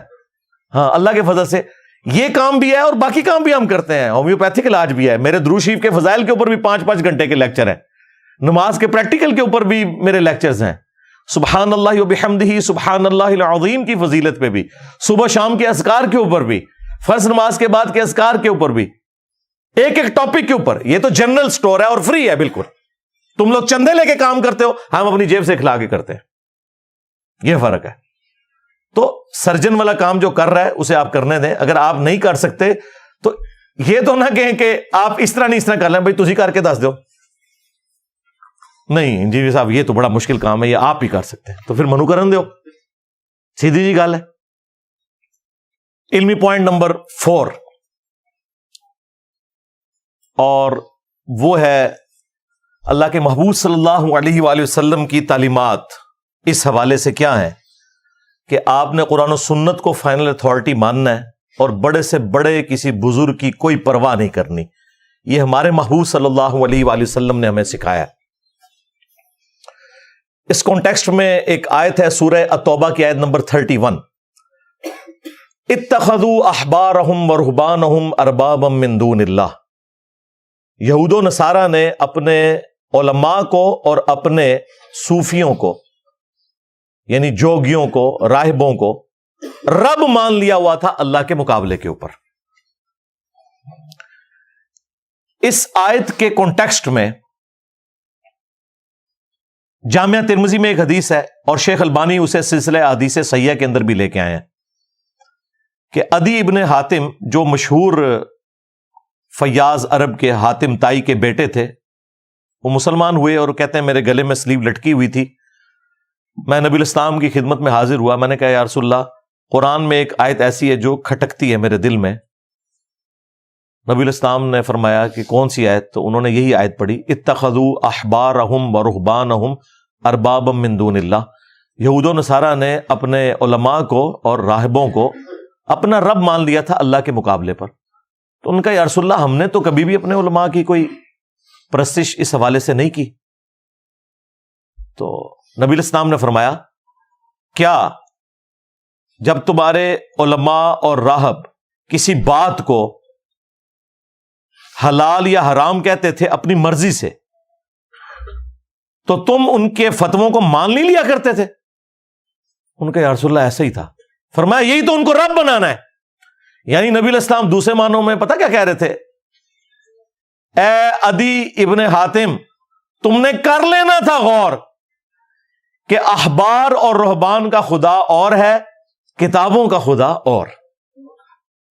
کیونکہ نبی علیہ السلام ایک عام آدمی کو کہہ رہے ہیں کہ تو نے کیوں اپنے مولویوں اور اپنے بزرگ بابوں کے فتووں کے اوپر بنیاد رکھ لی؟ تمہیں دیکھنا چاہیے تھا کہ حق بات کیا ہے. یہ نبی علیہ السلام کی بھی تعلیمات ہیں کہ مرنے سے پہلے اے مسلمان کر لے اس پہ غور، کتابوں کا خدا اور ہے، بابوں کا خدا اور. اگرچہ بابے بھی اسی خدا کے ماننے والے تھے، لیکن ان کوالٹیز کے ساتھ نہیں جو قرآن و سنت میں آئی ہیں، بلکہ ان کوالٹیز کے ساتھ جو ان کے بزرگوں نے سکھائی ہیں. ہم ان بابوں کو مانتے ہیں جو کتابوں کو مانتے ہیں. یہ بھی ہمارے بابے ہیں، لیکن دیکھیں ہم نے ان کو احترام سے یہاں رکھا ہوا ہے. ان کی کتابوں کو آج 1200 سال بعد بھی ہم رسپیکٹ دے رہے ہیں، کیونکہ انہوں نے اپنے نبی کے ساتھ غداری نہیں کی. انہوں نے قرآن و سنت کی تعلیمات ہم تک پہنچائی ہیں. تو ہم ان بابوں کو مانتے ہیں جو کتابوں کو مانتے ہیں. جو کتابوں کے غدار ہیں ان بابوں کو ہم نہیں مانتے. بالکل سیدھی سی بات ہے. تو نبی علیہ السلام کی یہ حدیث بالکل اس بات کا ثبوت ہے کہ علماء اور بزرگوں کی بات کو بغیر تحقیق کے ماننا اور اسے کاؤنٹر ویریفائی نہ کرنا یہ یہود و نصارہ کا طریقہ ہے. سورۃ الاحقاف میں اللہ تعالیٰ نے ہمارے محبوب علیہ السلام کو علمی ڈیبیٹ کرنے کا طریقہ سکھایا. ایتونی بکتاب من قبل ھذا او اثارۃ من علم ان کنتم صادقین. اے نبی اگر یہ اس قرآن کو نہیں مانتے نا تو ان سے کہو کہ اس قرآن سے پہلے کوئی اگر کتاب ہے، ایتونی بکتاب من قبل ھذا او اثارۃ من علم، یا کوئی علم کے آثار یعنی سنت چلتی آ رہی ہو، احادیث تمہارے انبیاء کی، وہ لے آؤ. اگر تم سچے ہو ان میں سے بات کرو. یہی بات آج ہم کر رہے ہیں کہ نہ میں وابی نہ میں بابی، میں ہوں مسلم علمی کتابی. علمی کتابی سے مراد نہیں کوئی علمی کتابی فرقہ ہے، مسلم ہے ہم. علمی کتابی ان معنوں میں کہ علم اور کتاب کے اوپر بنیاد ہونی چاہیے. اور وہ قرآن کی آیت میں لکھا ہے ایتونی بکتاب من قبل ھذا، کتاب لے آؤ، او اثارۃ من علم، یا کوئی علم کے آثار. علم بھی آ گیا، کتاب بھی آ گیا، اگر تم سچے ہو تو. پھر سورہ النساء میں جس شان سے آیا ہے یا ایھا الذین آمنوا اطیعوا اللہ واطیعوا الرسول، اے اہل ایمان اطاعت کرو اللہ کی اور اطاعت کرو اس کے رسول کی. وَأُولِي الْأَمْرِ مِنْكُمْ، اور اپنے حکمران کی بھی. لیکن اس کے ساتھ اطاعت کا لفظ نہیں آیا، یہ بتانے کے لیے کہ یہ ایبسولوٹ نہیں ہے، ریلیٹیو ہے. کیوں؟ فَإِن تَنَازَعْتُمْ فِي شَيْءٍ فَرُدُّوهُ إِلَى اللَّهِ وَالرَّسُولِ. اگر تمہارا حکمران سے بھی جھگڑا ہو تو معاملے کو پلٹانا ہے اللہ اور اس کے رسول کی طرف. إِن كُنتُمْ تُؤْمِنُونَ بِاللَّهِ وَالْيَوْمِ الْآخِرِ، اگر تم اللہ پر ایمان رکھتے ہو، یوم آخرت پر ایمان رکھتے ہو، تو پھر تم اپنے معاملے کو پلٹاؤ گے اللہ اور اس کے رسول کی طرف، یعنی آج کی ڈیٹ میں کتاب و سنت کی طرف. ذالک خیر و احسن تأویلا، اسی میں تمہاری خیریت ہے اور اسی کا انجام بہتر ہونے والا ہے. کس کا انجام؟ کہ اطاعت کرنی ہے اللہ اور اس کے رسول کی، اور اس کے بعد کسی کی اطاعت نہیں ہے جب تک کہ اللہ اور اس کے رسول کی اطاعت کے اندر نہ آ جائے. حکمران وقت کی اطاعت بھی ریلیٹیو ہے. اب مجھے بتائیں، حاکم وقت کی اطاعت اگر ریلیٹیو ہے، جس کی بیعت کرنا بھی واجب ہے، اگر وہ خلیفہ راشد ہے، تو بزرگ باب شاہی کوئی نہیں. اگر حاکم وقت خلیفہ راشد بھی ہو، آپ اس سے اختلاف کر سکتے ہیں قرآن و سنت کی روشنی میں. فَإِن تَنَازَعْتُمْ فِي شَيْءٍ فَرُدُّوهُ إِلَى اللَّهِ وَالرَّسُولِ، تو سارے بزرگ بابے شاہی کوئی نہیں. یہ رزلٹ نکلتا ہے کہ نہیں جی؟ قرآن و حدیث کا نچوڑ ہی ہے کہ نبی کے جیسا ہے ہی کوئی نہیں، بابے تھے شاہی کوئی نہیں. اگر بابے اللہ رسول کے مقابلے پہ آ جائے، اگر وہ ان کے ساتھی ہیں، پھر ہمارے سروں کا تاج ہے. صحیح بخاری اور صحیح مسلم دونوں کے اندر حدیث موجود ہے. نبی علیہ السلام نے فرمایا جس نے میرے بنائے ہوئے امیر کی اطاعت کی اس نے میری اطاعت کی، اور جس نے میری اطاعت کی اس نے اللہ کی اطاعت کی، اور جس نے میرے بنائے ہوئے امیر کی نافرمانی کی اس نے میری نافرمانی کی، اور جس نے میری نافرمانی کی اس نے اللہ کی نافرمانی کی۔ یہ تو قرآن میں بھی آیت ہے نا، من یطع الرسول فقد اطاع اللہ، جس نے رسول اللہ کی اطاعت کی اس نے اللہ کی اطاعت کی۔ اس سے بڑھ کر آیا ہے قل ان کنتم تحبون اللہ فاتبعونی یحببکم اللہ، اے نبی تم فرماؤ کہ اگر تم لوگ اللہ سے محبت رکھتے ہو تو پھر میری اتباع کرو، یعنی رسول اللہ کی اطاعت محبت کے ساتھ کرو، اسے کہتے ہیں اتباع۔ پھر اللہ بھی تم سے محبت کرے گا اور تمہارے گناہوں کو بھی معاف کر دے گا۔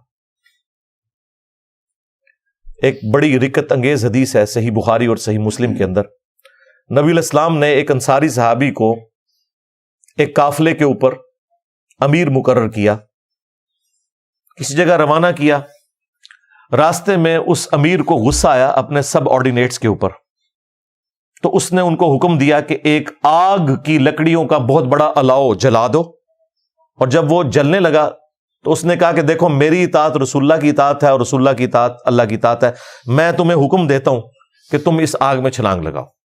اب وہ نہ حنفی شافعی مالکی حنبلی تھے کہ اندھے بن کے گر پڑتے، مفتی صاحب نے فرما دیا ہے، بزرگوں نے فرما دیا ہے، بھئی وہ اللہ کے نبی کے تربیتی یافتہ تھے۔ انہوں نے کہا تو ہمارا امیر ضرور ہے لیکن تیری یہ بات نہیں مانیں گے، ہم آگ سے بچنے کے لیے تو رسول اللہ کے دامن کرم میں آئے تھے صلی اللہ علیہ وآلہ وسلم، تو ہمیں دوبارہ اسی آگ میں پھینک رہے، ہم یہ تیرا حکم نہیں مانیں گے، یعنی تیری تقلید نہیں کریں گے۔ آپ مجھے بتائیں انصاری صحابی جو امیر ہو نبی علیہ السلام کا بنایا ہوا اس کی اطاعت نہیں کریں گے تو تواڈے بزرگ بابے تو شاہی کوئی نہیں، تواڈے بنائے ہوئے امام تے شاہی کوئی نہیں، اس میں اماموں کا قصور نہیں ہے۔ جیزس کرائسٹ کو اگر کسی نے ڈیوینٹی میں کلیم کیا ان کا قصور نہیں ہے، ان کے نام پہ جو شرک کھڑا ہوا ہے اسے تو ہم کنڈیم کریں گے۔ واپسی پہ نبی علیہ السلام کی خدمت میں جب شکایت کی گئی، آپ نے فرمایا اگر تم اپنے امیر کا حکم مان لیتے نا تو سیدھے جہنم کی آگ میں جا کے نکلتے۔ اور پھر نبی علیہ السلام نے وہاں پر فرمایا تھا کہ مخلوق کی اطاعت صرف معروف میں ہے، منکر میں نہیں ہے۔ مخلوق کی اطاعت ان کاموں میں ہے جس میں وہ اللہ کے حکم کے مطابق چلائیں، اگر وہ اللہ کی نافرمانی کا حکم دیں تو معصیت میں مخلوق کی اطاعت نہیں ہے۔ یہ اگلا حصہ تو بڑا مشہور ہے، پورا واقعہ یوں ہے، کیونکہ اس واقعے سے یہ رزلٹ نکلنا تھا کہ اگر نبی علیہ السلام کا بنایا ہوا انصاری امیر بھی قرآن و سنت کے خلاف چلے تو اس کی بھی تقلید نہیں ہونی، تو بزرگ باب تشائی کوئی نہیں۔ ایک اور حدیث بخاری اور مسلم دونوں میں موجود ہے، سیدنا عمر فاروق رضی اللہ تعالیٰ عنہ کے دور خلافت میں آپ مسجد نبوی میں آئے تو دیکھا کہ حسان ابن ثابت نعتیہ اشعار سنا رہے ہیں حضرت ابو ہریرہ کو۔ حضرت عمر کھڑے ہو گئے، کچھ کہا نہیں ہے، رو بھی اتنا تھا، لیکن دوسری طرف حسان ابن ثابت جو شاعر تھے، شاعروں میں تو دلیری بھی کوئی نہیں ہوتی، انہوں نے کہا عمر اس طرح نہ دیکھ، تجھ سے بہتر شخص مسجد میں ہوتا تھا، میں انہیں بھی نعتیہ اشعار سناتا تھا۔ اللہ اچھا آگے حضرت عمر کی بجائے کوئی مولوی ہونا نا تو پتہ کیا کہندا، اے تو میرے دل چیر کے ویکھ لیا، میں نے کچھ اور تکن آیا سا۔ یہ فرق دیکھا، حضرت عمر نے کوئی منافقت نہیں کی، یعنی انہوں نے کہا جو تم مجھ پہ اعتراض کر رہے ہو واقعی میں نے تمہارے بارے میں ایسے ہی گمان کیا ہوا ہے۔ انہوں نے کہا کہ اپنا گواہ پیش کرو، ان کا یہ حضرت ابو ہریرہ، ان کا امیر المومنین میں گواہی دیتا ہوں کہ اللہ کے نبی علیہ السلام نے حسان ابن ثابت کے لیے تو دعا فرمائی تھی، اے اللہ روح قدس کے ذریعے اس کی مدد فرما جس طرح تو نے عیسیٰ ابن مریم کی تھی، وَأَيَّدْنَاهُ بِرُوحِ الْقُدُسِ۔ تو حضرت عمر وہاں سے چلے گئے۔ اس واقعے سے اتنے رزلٹ نکلتے ہیں کہ سارے فرقے ختم ہو جاتے ہیں۔ نمبر 1، اس امت کے ٹاپ کے 4 اماموں میں سے ایک امام ابو بکر، عمر، عثمان و علی، جو لوگوں کا بنایا ہوا امام نہیں، نبی علیہ السلام کے خلفائے راشدین میں سے دوسرا خلیفہ راشد، اسے بھی یہ بات نہیں پتا تھی کہ مسجد میں نعتیہ اشعار پڑھنا سنت ہے۔ تو اگر تمہارے امام سے کوئی حدیث چھپی رہ گئی ہے تو خدا دا نہ ہے، معاف کر دو سانو، امام دا جھوٹا دفاع نہ کرو، مان لو اگر حضرت عمر سے کوئی حدیث چھپی رہ سکتی ہے تو تمہارے اماموں سے بھی چھپی رہ سکتی ہے یار، اس میں کوئی حضرت عمر کا مرتبہ تو کام نہیں ہو گیا، تمہارے اماموں کا بھی مرتبہ کام نہیں ہوگا، ٹینشن نہیں لینی۔ دوسرا، بڑی سے بڑی شخصیت سے بھی قرآن و سنت کی روشنی میں اختلاف ہو سکتا ہے، خواہ وہ خلیفہ راشد حضرت عمر ہی کیوں نہ ہو۔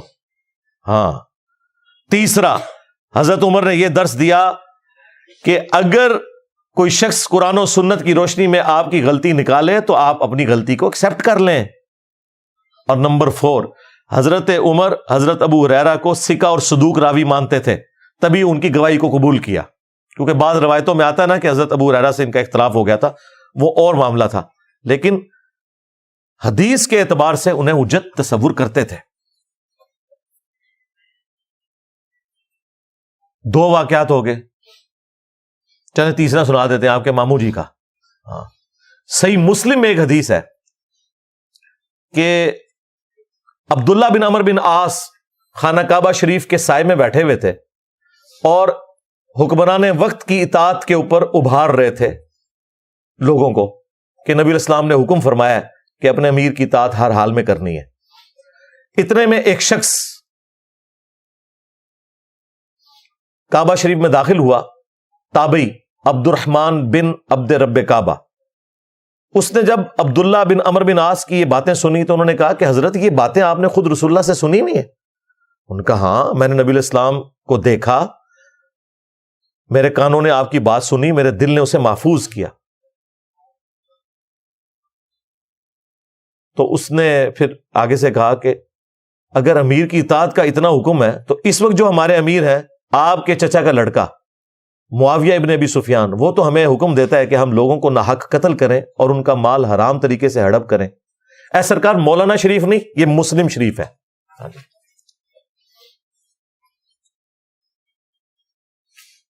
اب ہمیں بتائیں کہ ہم قرآن کے مطابق چلیں یا اپنے امیر کی اطاعت کریں؟ اب یہ بڑا بھاری جملہ تھا۔ حضرت عبداللہ بن عمر بن عاص تھوڑی دیر کے لیے تو خاموش ہو گئے، پھر سر اٹھا کے کہا کہ معاویہ کی اطاعت کرو ان کاموں میں جس میں اللہ کے مطابق چلائے، اور جن معاملات میں وہ تمہیں اللہ کی مخالفت کا کہے تم اس کی نافرمانی کرو، اور آندہ سے انجینئر کی ویڈیوز دیکھنا چھوڑ دو۔ یہ میں نے تفرن کے طور پہ بات کی ہے، امام مسلم سے میں نے حدیث نہیں داخل کروائی اور نہ اس بندے کو میں نے وہاں لانچ کیا تھا۔ تو یہ ہے مسلمانوں کا عقیدہ کہ حاکم وقت اگر قرآن و سنت کے خلاف چلائے آپ نے اس کی بات نہیں ماننی۔ اور اس تابعی نے پھر قرآن کی آیت کوٹ کی، سورہ النساء کی آیت نمبر 29، یا ایھا الذین آمنوا لا تأکلوا اموالکم بینکم بالباطل، اے ایمان والو ایک دوسرے کا مال باطل طریقے سے ہڑپ مت کرو۔ پھر آگے چل کے آتا ہے کہ ایک دوسرے کو قتل بھی نہ کرو ناحق۔ اب دیکھیں، ایک تابعی صحابی کو کہہ رہا ہے کہ قرآن میں تو یہ لکھا ہے، اور تمہارے چچا کا لڑکا معاویہ ابن ابی سفیان رضی اللہ تعالیٰ عنہ، ہم تو ظاہر احترام سے ہی نام لیں گے، وہ ہمیں یہ کہہ رہے ہیں، تو وہ بھی آگے اس اختلاف کو ایکسپٹ کر کے یہ کہہ رہے ہیں کہ تم ٹھیک کہہ رہے ہو، تم نے قرآن کے مطابق چلنا ہے، ان کے مطابق نہیں چلنا۔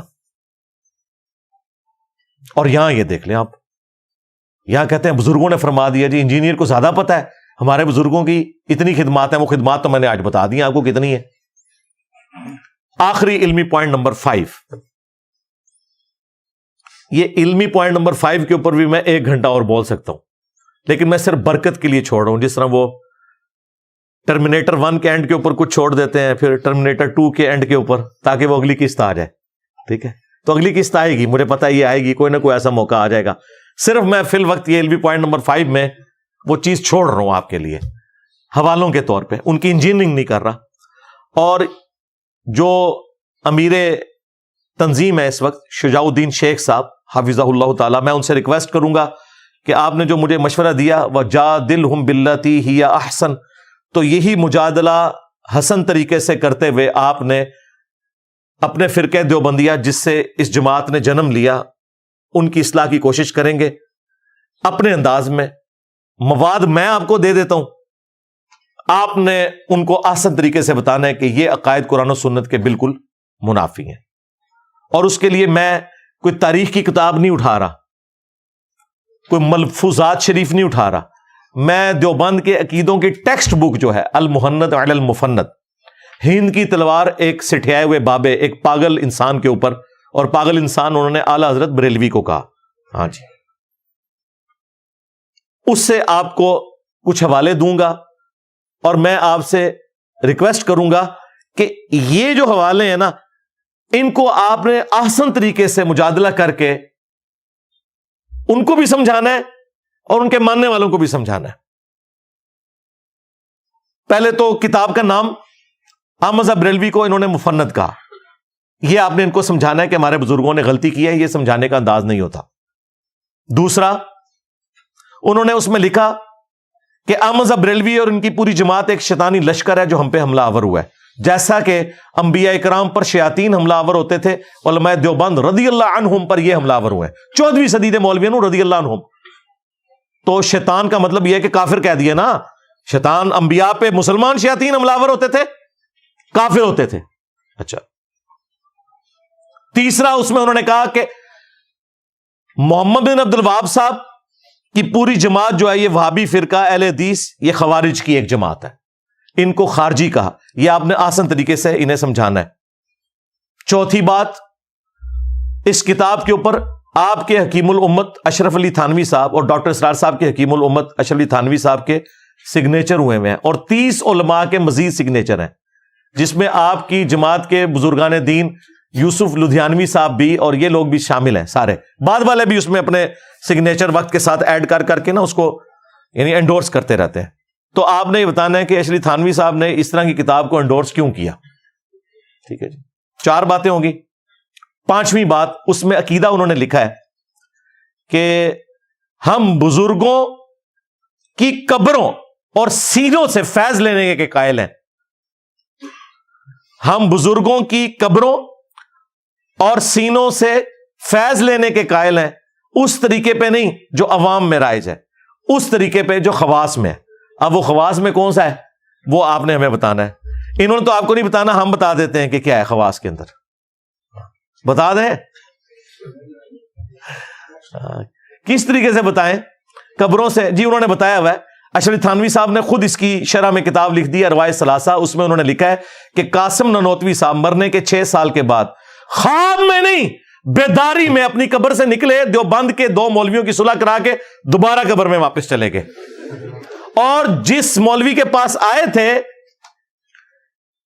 سخت سردیوں کے اندر بھی لحاف کے اندر اس کا پسینہ چھوٹ گیا. ظاہر ہے مردہ نکل کے آ جائے تو ظاہر ہے بڑے بڑے بزرگان دین کا پسینہ نکل جائے گا. تو یہ قبر سے جائز طریقے سے یوں فیض ملتا ہے. ہاں بریلوی کریں تو علماء سو تو اڈے کرن پھر سو نہیں ہوئے گا. اور میں دسنا تو پھر سو کر دینے. اور سینوں سے فیض وہ بھی انہوں نے بتایا. ہاں اسی ارواح ثلاثہ میں لکھا ہے کہ مدرسہ دیوبند کے جو بانی تھے قاسم نانوتوی، ان کو رشید احمد گنگوئی نے عوامی اجتماع کے اندر اپنے ساتھ چرپائی پہ لٹایا عاشق صادق کی طرح، یہ اس میں لکھا ہوا. اور پھر ان کے یہ سینے کے بٹن کھول کے سینے پہ ہاتھ پھیرا. جو آپ سمجھ رہے ہیں وہی کچھ ہو رہا تھا. ہاں کیونکہ قاسم نانوتوی صاحب نے یہی سمجھا. ان کا میاں لوگ کیا کہیں گے، یعنی آپ یہ جو حرکتیں کر رہے ہیں لوگ کیا سوچیں گے، آپ یہ کیا کر رہے ہیں. یہ مفتی عبدالعزیز کی ویڈیو تو ابھی نکلی ہے نا، اور باقی لوگوں کی یہ پرانوں کی میں بتا رہا ہوں. اس زمانے میں کیمرہ ہوتا تو ویڈیو بھی آپ کو دکھا دیتا. ہاں ظاہر ہے یہ جلسوں کی ویڈیوز بناتے ہیں نا، تو یہ پبلکلی ہوا ہے، کمرے میں نہیں ہوا. اور دیکھیں نقل کون کر رہا ہے، اشرف تھانوی صاحب اپنی منجی ٹھوک گئے. اور کتاب کا نام ہے حقائق اولیاء ارواح ثلاثہ. اولیاء اللہ کی یہ کرامات اور حقائقیں لکھ رہے ہیں.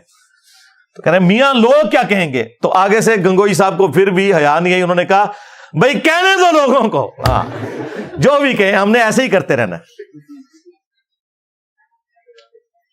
اور اس کی اگلی قسط بھی ہے. ہاں تذکرۃ الرشید، رشید احمد گنگوئی صاحب کے حالات و واقعات جمع کیے ہیں ان کے خلیفہ نے. اس میں وہ لکھتے ہیں کہ رشید احمد گنگوئی صاحب کہتے ہیں کہ ایک رات میں نے خواب میں دیکھا کہ قاسم میاں، وہی قاسم نانوتوی صاحب جن کو انہوں نے بستر پہ لٹایا تھا نا اپنے ساتھ، اور وہ چیخیں مار رہے تھے، میاں میاں کر رہے تھے، وہ خواب میں بھی ان کا پیچھا نہیں چھوڑتے تھے. ظاہر ہے آپ دن کو جو کچھ سوچیں گے وہی کچھ خواب میں آئے گا. وہ کہتے ہیں میں نے دیکھا قاسم میاں دلہن کی شکل میں میرے خواب میں آئے ہیں. اور پھر آگے بھی جو ہے نا، ہاں وہ بھی انہوں نے اس میں ذکر کیا ہے. ہاں وہ ہم کیمرے میں دکھا دیں گے. اور پھر اس کی تعبیر انہوں نے کی کہ اس سے مراد یہ کہ وہ میرے شاگردوں کو آگے لے کے چلیں گے، یعنی یہ روحانیت کے لیے. یہ نہیں انہوں نے کہا کہ میں نے اپنی دلہن کو قاسم کی شکل میں دیکھا، نہیں، وہ کہتے ہیں قاسم نوتوی دلہن کی شکل میں میرے خواب میں آئی اور پھر وہ نفع بھی ہمیں ایک دوسرے سے پہنچائی. یہ سارا کچھ لکھا ہوا ہے اس میں. تو میں نے کہا اگر کسی کو یہ نہ پتا چلے کہ بزرگوں کی قبروں اور سینوں سے فیض کیا ہے تو میں خود ہی آپ کو اس کی تشریح کر دوں. ابھی قرآن و سنت کی روشنی میں اس کا پوسٹ مارٹم چھوڑ رہا ہوں، جو میں نے کہا میں چھوڑ دوں گا، وہ میں قرآن و سنت کی روشنی میں جو پوسٹ مارٹم ہے وہ چھوڑ رہا ہوں. فی الوقت یہ کہیں سے بھاگے نہ، میں آپ کو وہ ساتھ بتا رہا ہوں. یہ 5 باتیں ہو گئی. چھٹی بات، المہند علی المفند میں انہوں نے لکھا کہ رسول اللہ کی قبر مبارک اللہ تعالیٰ کے عرش، کعبہ اور کرسی سے بھی افضل ہے. عرش سے افضل رسول اللہ کی قبر مبارک کو انہوں نے ڈکلیئر کیا. کسی آیت اور حدیث کا حوالہ نہیں دیا، کوئی دلیل پیش نہیں کی، صرف ایک جو اپنے بزرگوں کی قبروں کے ساتھ لوگوں کو جوڑنے کے لیے نبی الاسلام کی قبر مبارک کے بارے میں ایک جھوٹا عقیدہ بیان کیا. اس کا میں پوسٹ مارٹم قرآن و سنت کی روشنی میں آلریڈی کئی دفعہ کر چکا ہوں. آپ نے یہ بتانا ہے یہ عقیدہ نکالا کہاں سے ہے. تو آپ کو یہ کہیں گے کہ اصل میں نا انسان کی جو قبر کی مٹی ہے اسی سے اس کا خمیر اٹھایا جاتا ہے. تو بیسیکلی نبی الاسلام قبر مبارک میں جس جگہ آرام کر رہے ہیں نا، تو وہ مٹی آپ کے جسم کا حصہ ہے، اور رسول اللہ جو ہیں وہ اشرف المخلوقات ہیں، اس لیے عرش بھی ایک مخلوق ہے، تو نبی الاسلام عرش سے افضل ہے. نہ دھوکہ دینا بند کرو. انہوں نے کہا وہ حصہ زمین جو رسول اللہ کے ساتھ ٹچ ہے، رسول اللہ کو انہوں نے افضل نہیں کہا. وہ کہتے نہیں اس میں سے نکلا ہے، تو اس میں سے اگر نکلے ہیں تو حضرت ابوبکر عمر بھی پھر اللہ کے عرش سے افضل ہوئے، کیونکہ وہ مٹی تو کٹی ہے وہاں پہ.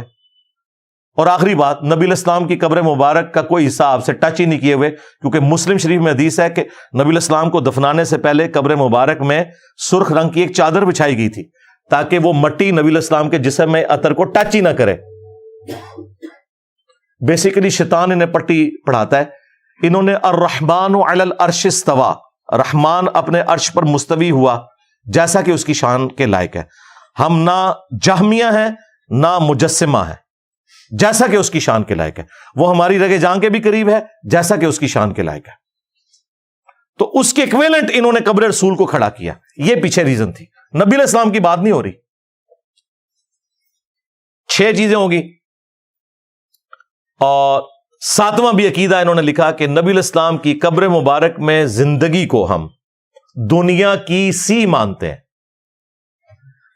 قرآن تو کہہ رہا ہے کہ تمہیں اس زندگی کا شعور ہی نہیں ہے، یہ کہتے ہیں دنیا کی سی. وہ کہتے ہیں اصل میں ہم نے دنیا کی سی اس لیے کہا ہے وہ آخرت کی زندگی، لیکن وہ دنیا کی سی اس طرح ہے کہ دیکھیں نبی علیہ السلام نے حضرت موسیٰ علیہ السلام کو شب معراج نماز پڑھتے ہوئے دیکھا. اسی طریقے سے صحیح مسلم میں ہی آتا ہے کہ نبی علیہ السلام نے شب معراج بیت المقدس میں انبیاء کی امامت کروائی. تو باقی انبیاء بھی قبروں سے نکل کے آئے تھے. یہ سب کچھ برزخی معاملہ ہے. وہ کہتے ہیں چونکہ یہ ایک دنیاوی کی طرح نظر آتا ہے اس لیے ہم کہتے ہیں دنیا کی سی. یہ اس کی تعویل کرتے ہیں. یہ بالکل جھوٹ بول رہے ہیں، یہ حقیقتاً دنیا کی سی مانتے ہیں. کیوں؟ شیخ زکریا کاندلوی نے فضائل حج اور فضائل درود میں تبلیغی جماعت کا جو نصاب لکھا ہے، اور الیاس قادری نے بریلویوں کے فضان سنت میں یہ واقعہ لکھا ہوا ہے، اور مفتی تقی عثمانی صاحب پلانٹ ارتھ پہ سب سے بڑے مفتی اعظم دیوبند کے، انہوں نے درس حدیث میں یہ واقعہ سنایا ہے. تو مورخین نے لکھا ہے کہ جو ہی یہ شعر پڑھے تو روضہ اقدس میں سے نبی کریم سرور دو عالم صلی اللہ علیہ وسلم کا دست مبارک ظاہر ہوا، اور ہزاروں انسانوں نے یہ نظارہ کیا کہ دست مبارک ظاہر ہوا. احمد کبیر رفاعی رحمۃ اللہ نے دست مبارک کو بوسہ دیا اور دست مبارک پھر واپس کرے. اتنا عظیم الشان واقعہ ان کے ساتھ پیش آیا، اور یہ مورخین نے متعدد تاریخوں میں لکھا ہے، اور لکھا ہے کہ ہزارہ افراد کی موجودگی میں یہ واقعہ پیش آیا. اندازہ کرو اے درس حدیث ہو رہا ہے کہ نبی علیہ السلام کی وفات کے 550 سال کے بعد 555 ہجری میں شیخ احمد رفاعی صاحب جب قبر رسول پہ حاضر ہوئے، انہوں نے نعتیہ اشعار کہے تو نبی علیہ السلام نے قبر اطہر سے اپنا ہاتھ مبارک نکالا، خواب میں نہیں بیداری میں، اور کہتے ہیں 90,000 لوگوں نے اس منظر کو دیکھا اور ان منظر دیکھنے والوں میں شیخ عبد القادر جیلانی کا نام بھی ذکر کیا جاتا ہے، اور شیخ احمد رفاعی نے چوما۔ اچھا، عبد القادر جیلانی نے نہیں چوما، کڈی بڑی بدبختی ہے۔ عبد القادر جیلانی کا خلیفہ ہے احمد رفاعی، وہ چوم رہا ہے، عبد القادر جیلانی نہیں چوم رہے، اور جھوٹ ہے بھائی، عبد القادر جیلانی رحمۃ اللہ علیہ پہ جھوٹ باندھا ہے انہوں نے۔ تو یہ واقعی حقیقت ہم دنیاوی مانتے ہیں، یہ خواب کا واقعہ نہیں لکھا، انہوں نے لکھا 90,000 لوگوں نے یہ منظر دیکھا ہے، جھوٹ بول رہے ہو۔ صحیح بخاری میں ہے، حضرت عمر کہتے ہیں انا کننا نتوسل الیک بنبینا صلی اللہ علیہ وآلہ وسلم، اے اللہ جب تک تیرے نبی ہم میں موجود تھے ہم ان کے ذریعے تیری طرف توسل اختیار کرتے تھے، اب ہم تیرے نبی کے چچا کو لائے ہیں، ان کی دعا کی برکت سے بارش نازل فرما، تو بارش نازل ہو جاتی تھی۔ یہ انہوں نے خود سے عقائد بنا لیے میں، ان کا دین سے کوئی تعلق نہیں، یہ دنیاوی زندگی قبر کے اندر رسول اللہ کی یا دنیا کی سی، یہ بھاگ سکتے تھے، میں نے بھاگنے کا راستہ بند کر دیا کہ یہ واقعی دنیا کی سی مانتے ہیں، آخرت کی زندگی تو ہم بھی مانتے ہیں، جسم اطہر کو سلامت ہم بھی مانتے ہیں۔ سرکار یہ وہ 3 عقیدے ہیں جو پچھلے 8-10 سالوں میں بار بار مختلف ویڈیوز میں بیان کر رہا ہوں، لیکن کوئی اس کا علمی جواب نہیں دے رہا۔ انہیں پتہ ہے اس کا جواب نہیں، اگر جواب دیا تو لوگ کہیں گے یار یہی گل تو بریلوی بھی کر دینے، وہ جو فرنچائز ہیں 2 علیحدہ کھولی بھی وہ ختم ہو جائیں گی۔ ابھی اور باتیں بھی ہیں، تھانوی رسول اللہ نہیں جی وہ خواب میں تھا، نہ سرکار اس میں لکھا ہوا ہے، میں بیداری میں بھی پڑھ رہا ہوں، نہیں وہ دیکھیں وہ بیچارہ کہہ رہا نا میں بے اختیار ہوں۔ ہم نے کہا ہم بابی کو تو کہہ نہیں رہے، بابے کو کہہ رہے ہیں۔ بابے کو جب اس نے خط لکھا تو بابے نے کہا اس میں تسلی تھی، تیرا پیر اشلی تھانوی متبع سنت ہے، اس لیے تو نے اپنے پیر کے نام کا کلمہ پڑھا ہے۔ تو کیا ابو بکر، عمر، عثمان و علی کے بیعت کرنے والے صحابہ کرام یا تابعین ان کے ناموں کا کلمہ پڑھتے تھے؟ تو تھانوی رسول اللہ، اور اس میں ہے اللہم صلی علی نبینا اشرف علی، ہاں جی یہ بھی لکھا ہوا ہے۔ اس کا جواب بھی وجادلہم باللتی ہی احسن کے تحت آپ نے دینا ہے۔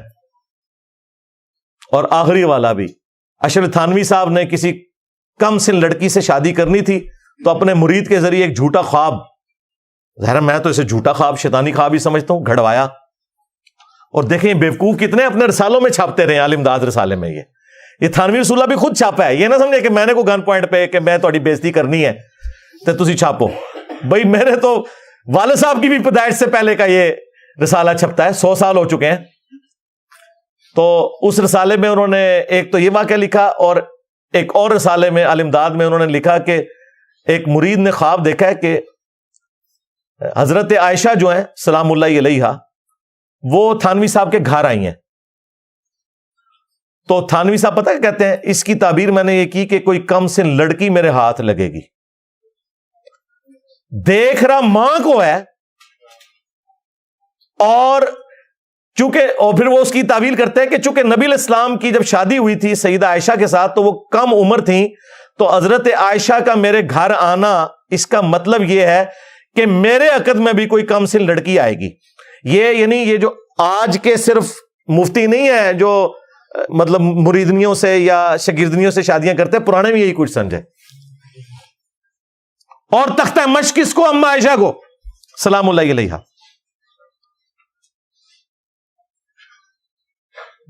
اور باتیں ہمیں کرتے ہیں، کیا یہ گستاخی نہیں ہے؟ یہ شیطانی خواب نہیں ہے، جھوٹا خواب؟ دیکھ رہے ماں کو، النبی اولا بالمؤمنین من انفسہم وازواجہ امہاتہم، نبی مومنین کی جانوں سے بڑھ کر ان پر حق رکھتے ہیں، نبی کی بیویاں امت کی مائیں ہیں، اور کام اپنے سیدھے کر رہے ہو۔ تو دیکھو پھر اللہ نے کتنی بڑی بلا تمہارے اوپر چھوڑ دی ہے۔ ہاں میرے نبی سا ہے ہی کوئی نہیں، تیرے بابے تھے شاہ ہی کوئی نہیں۔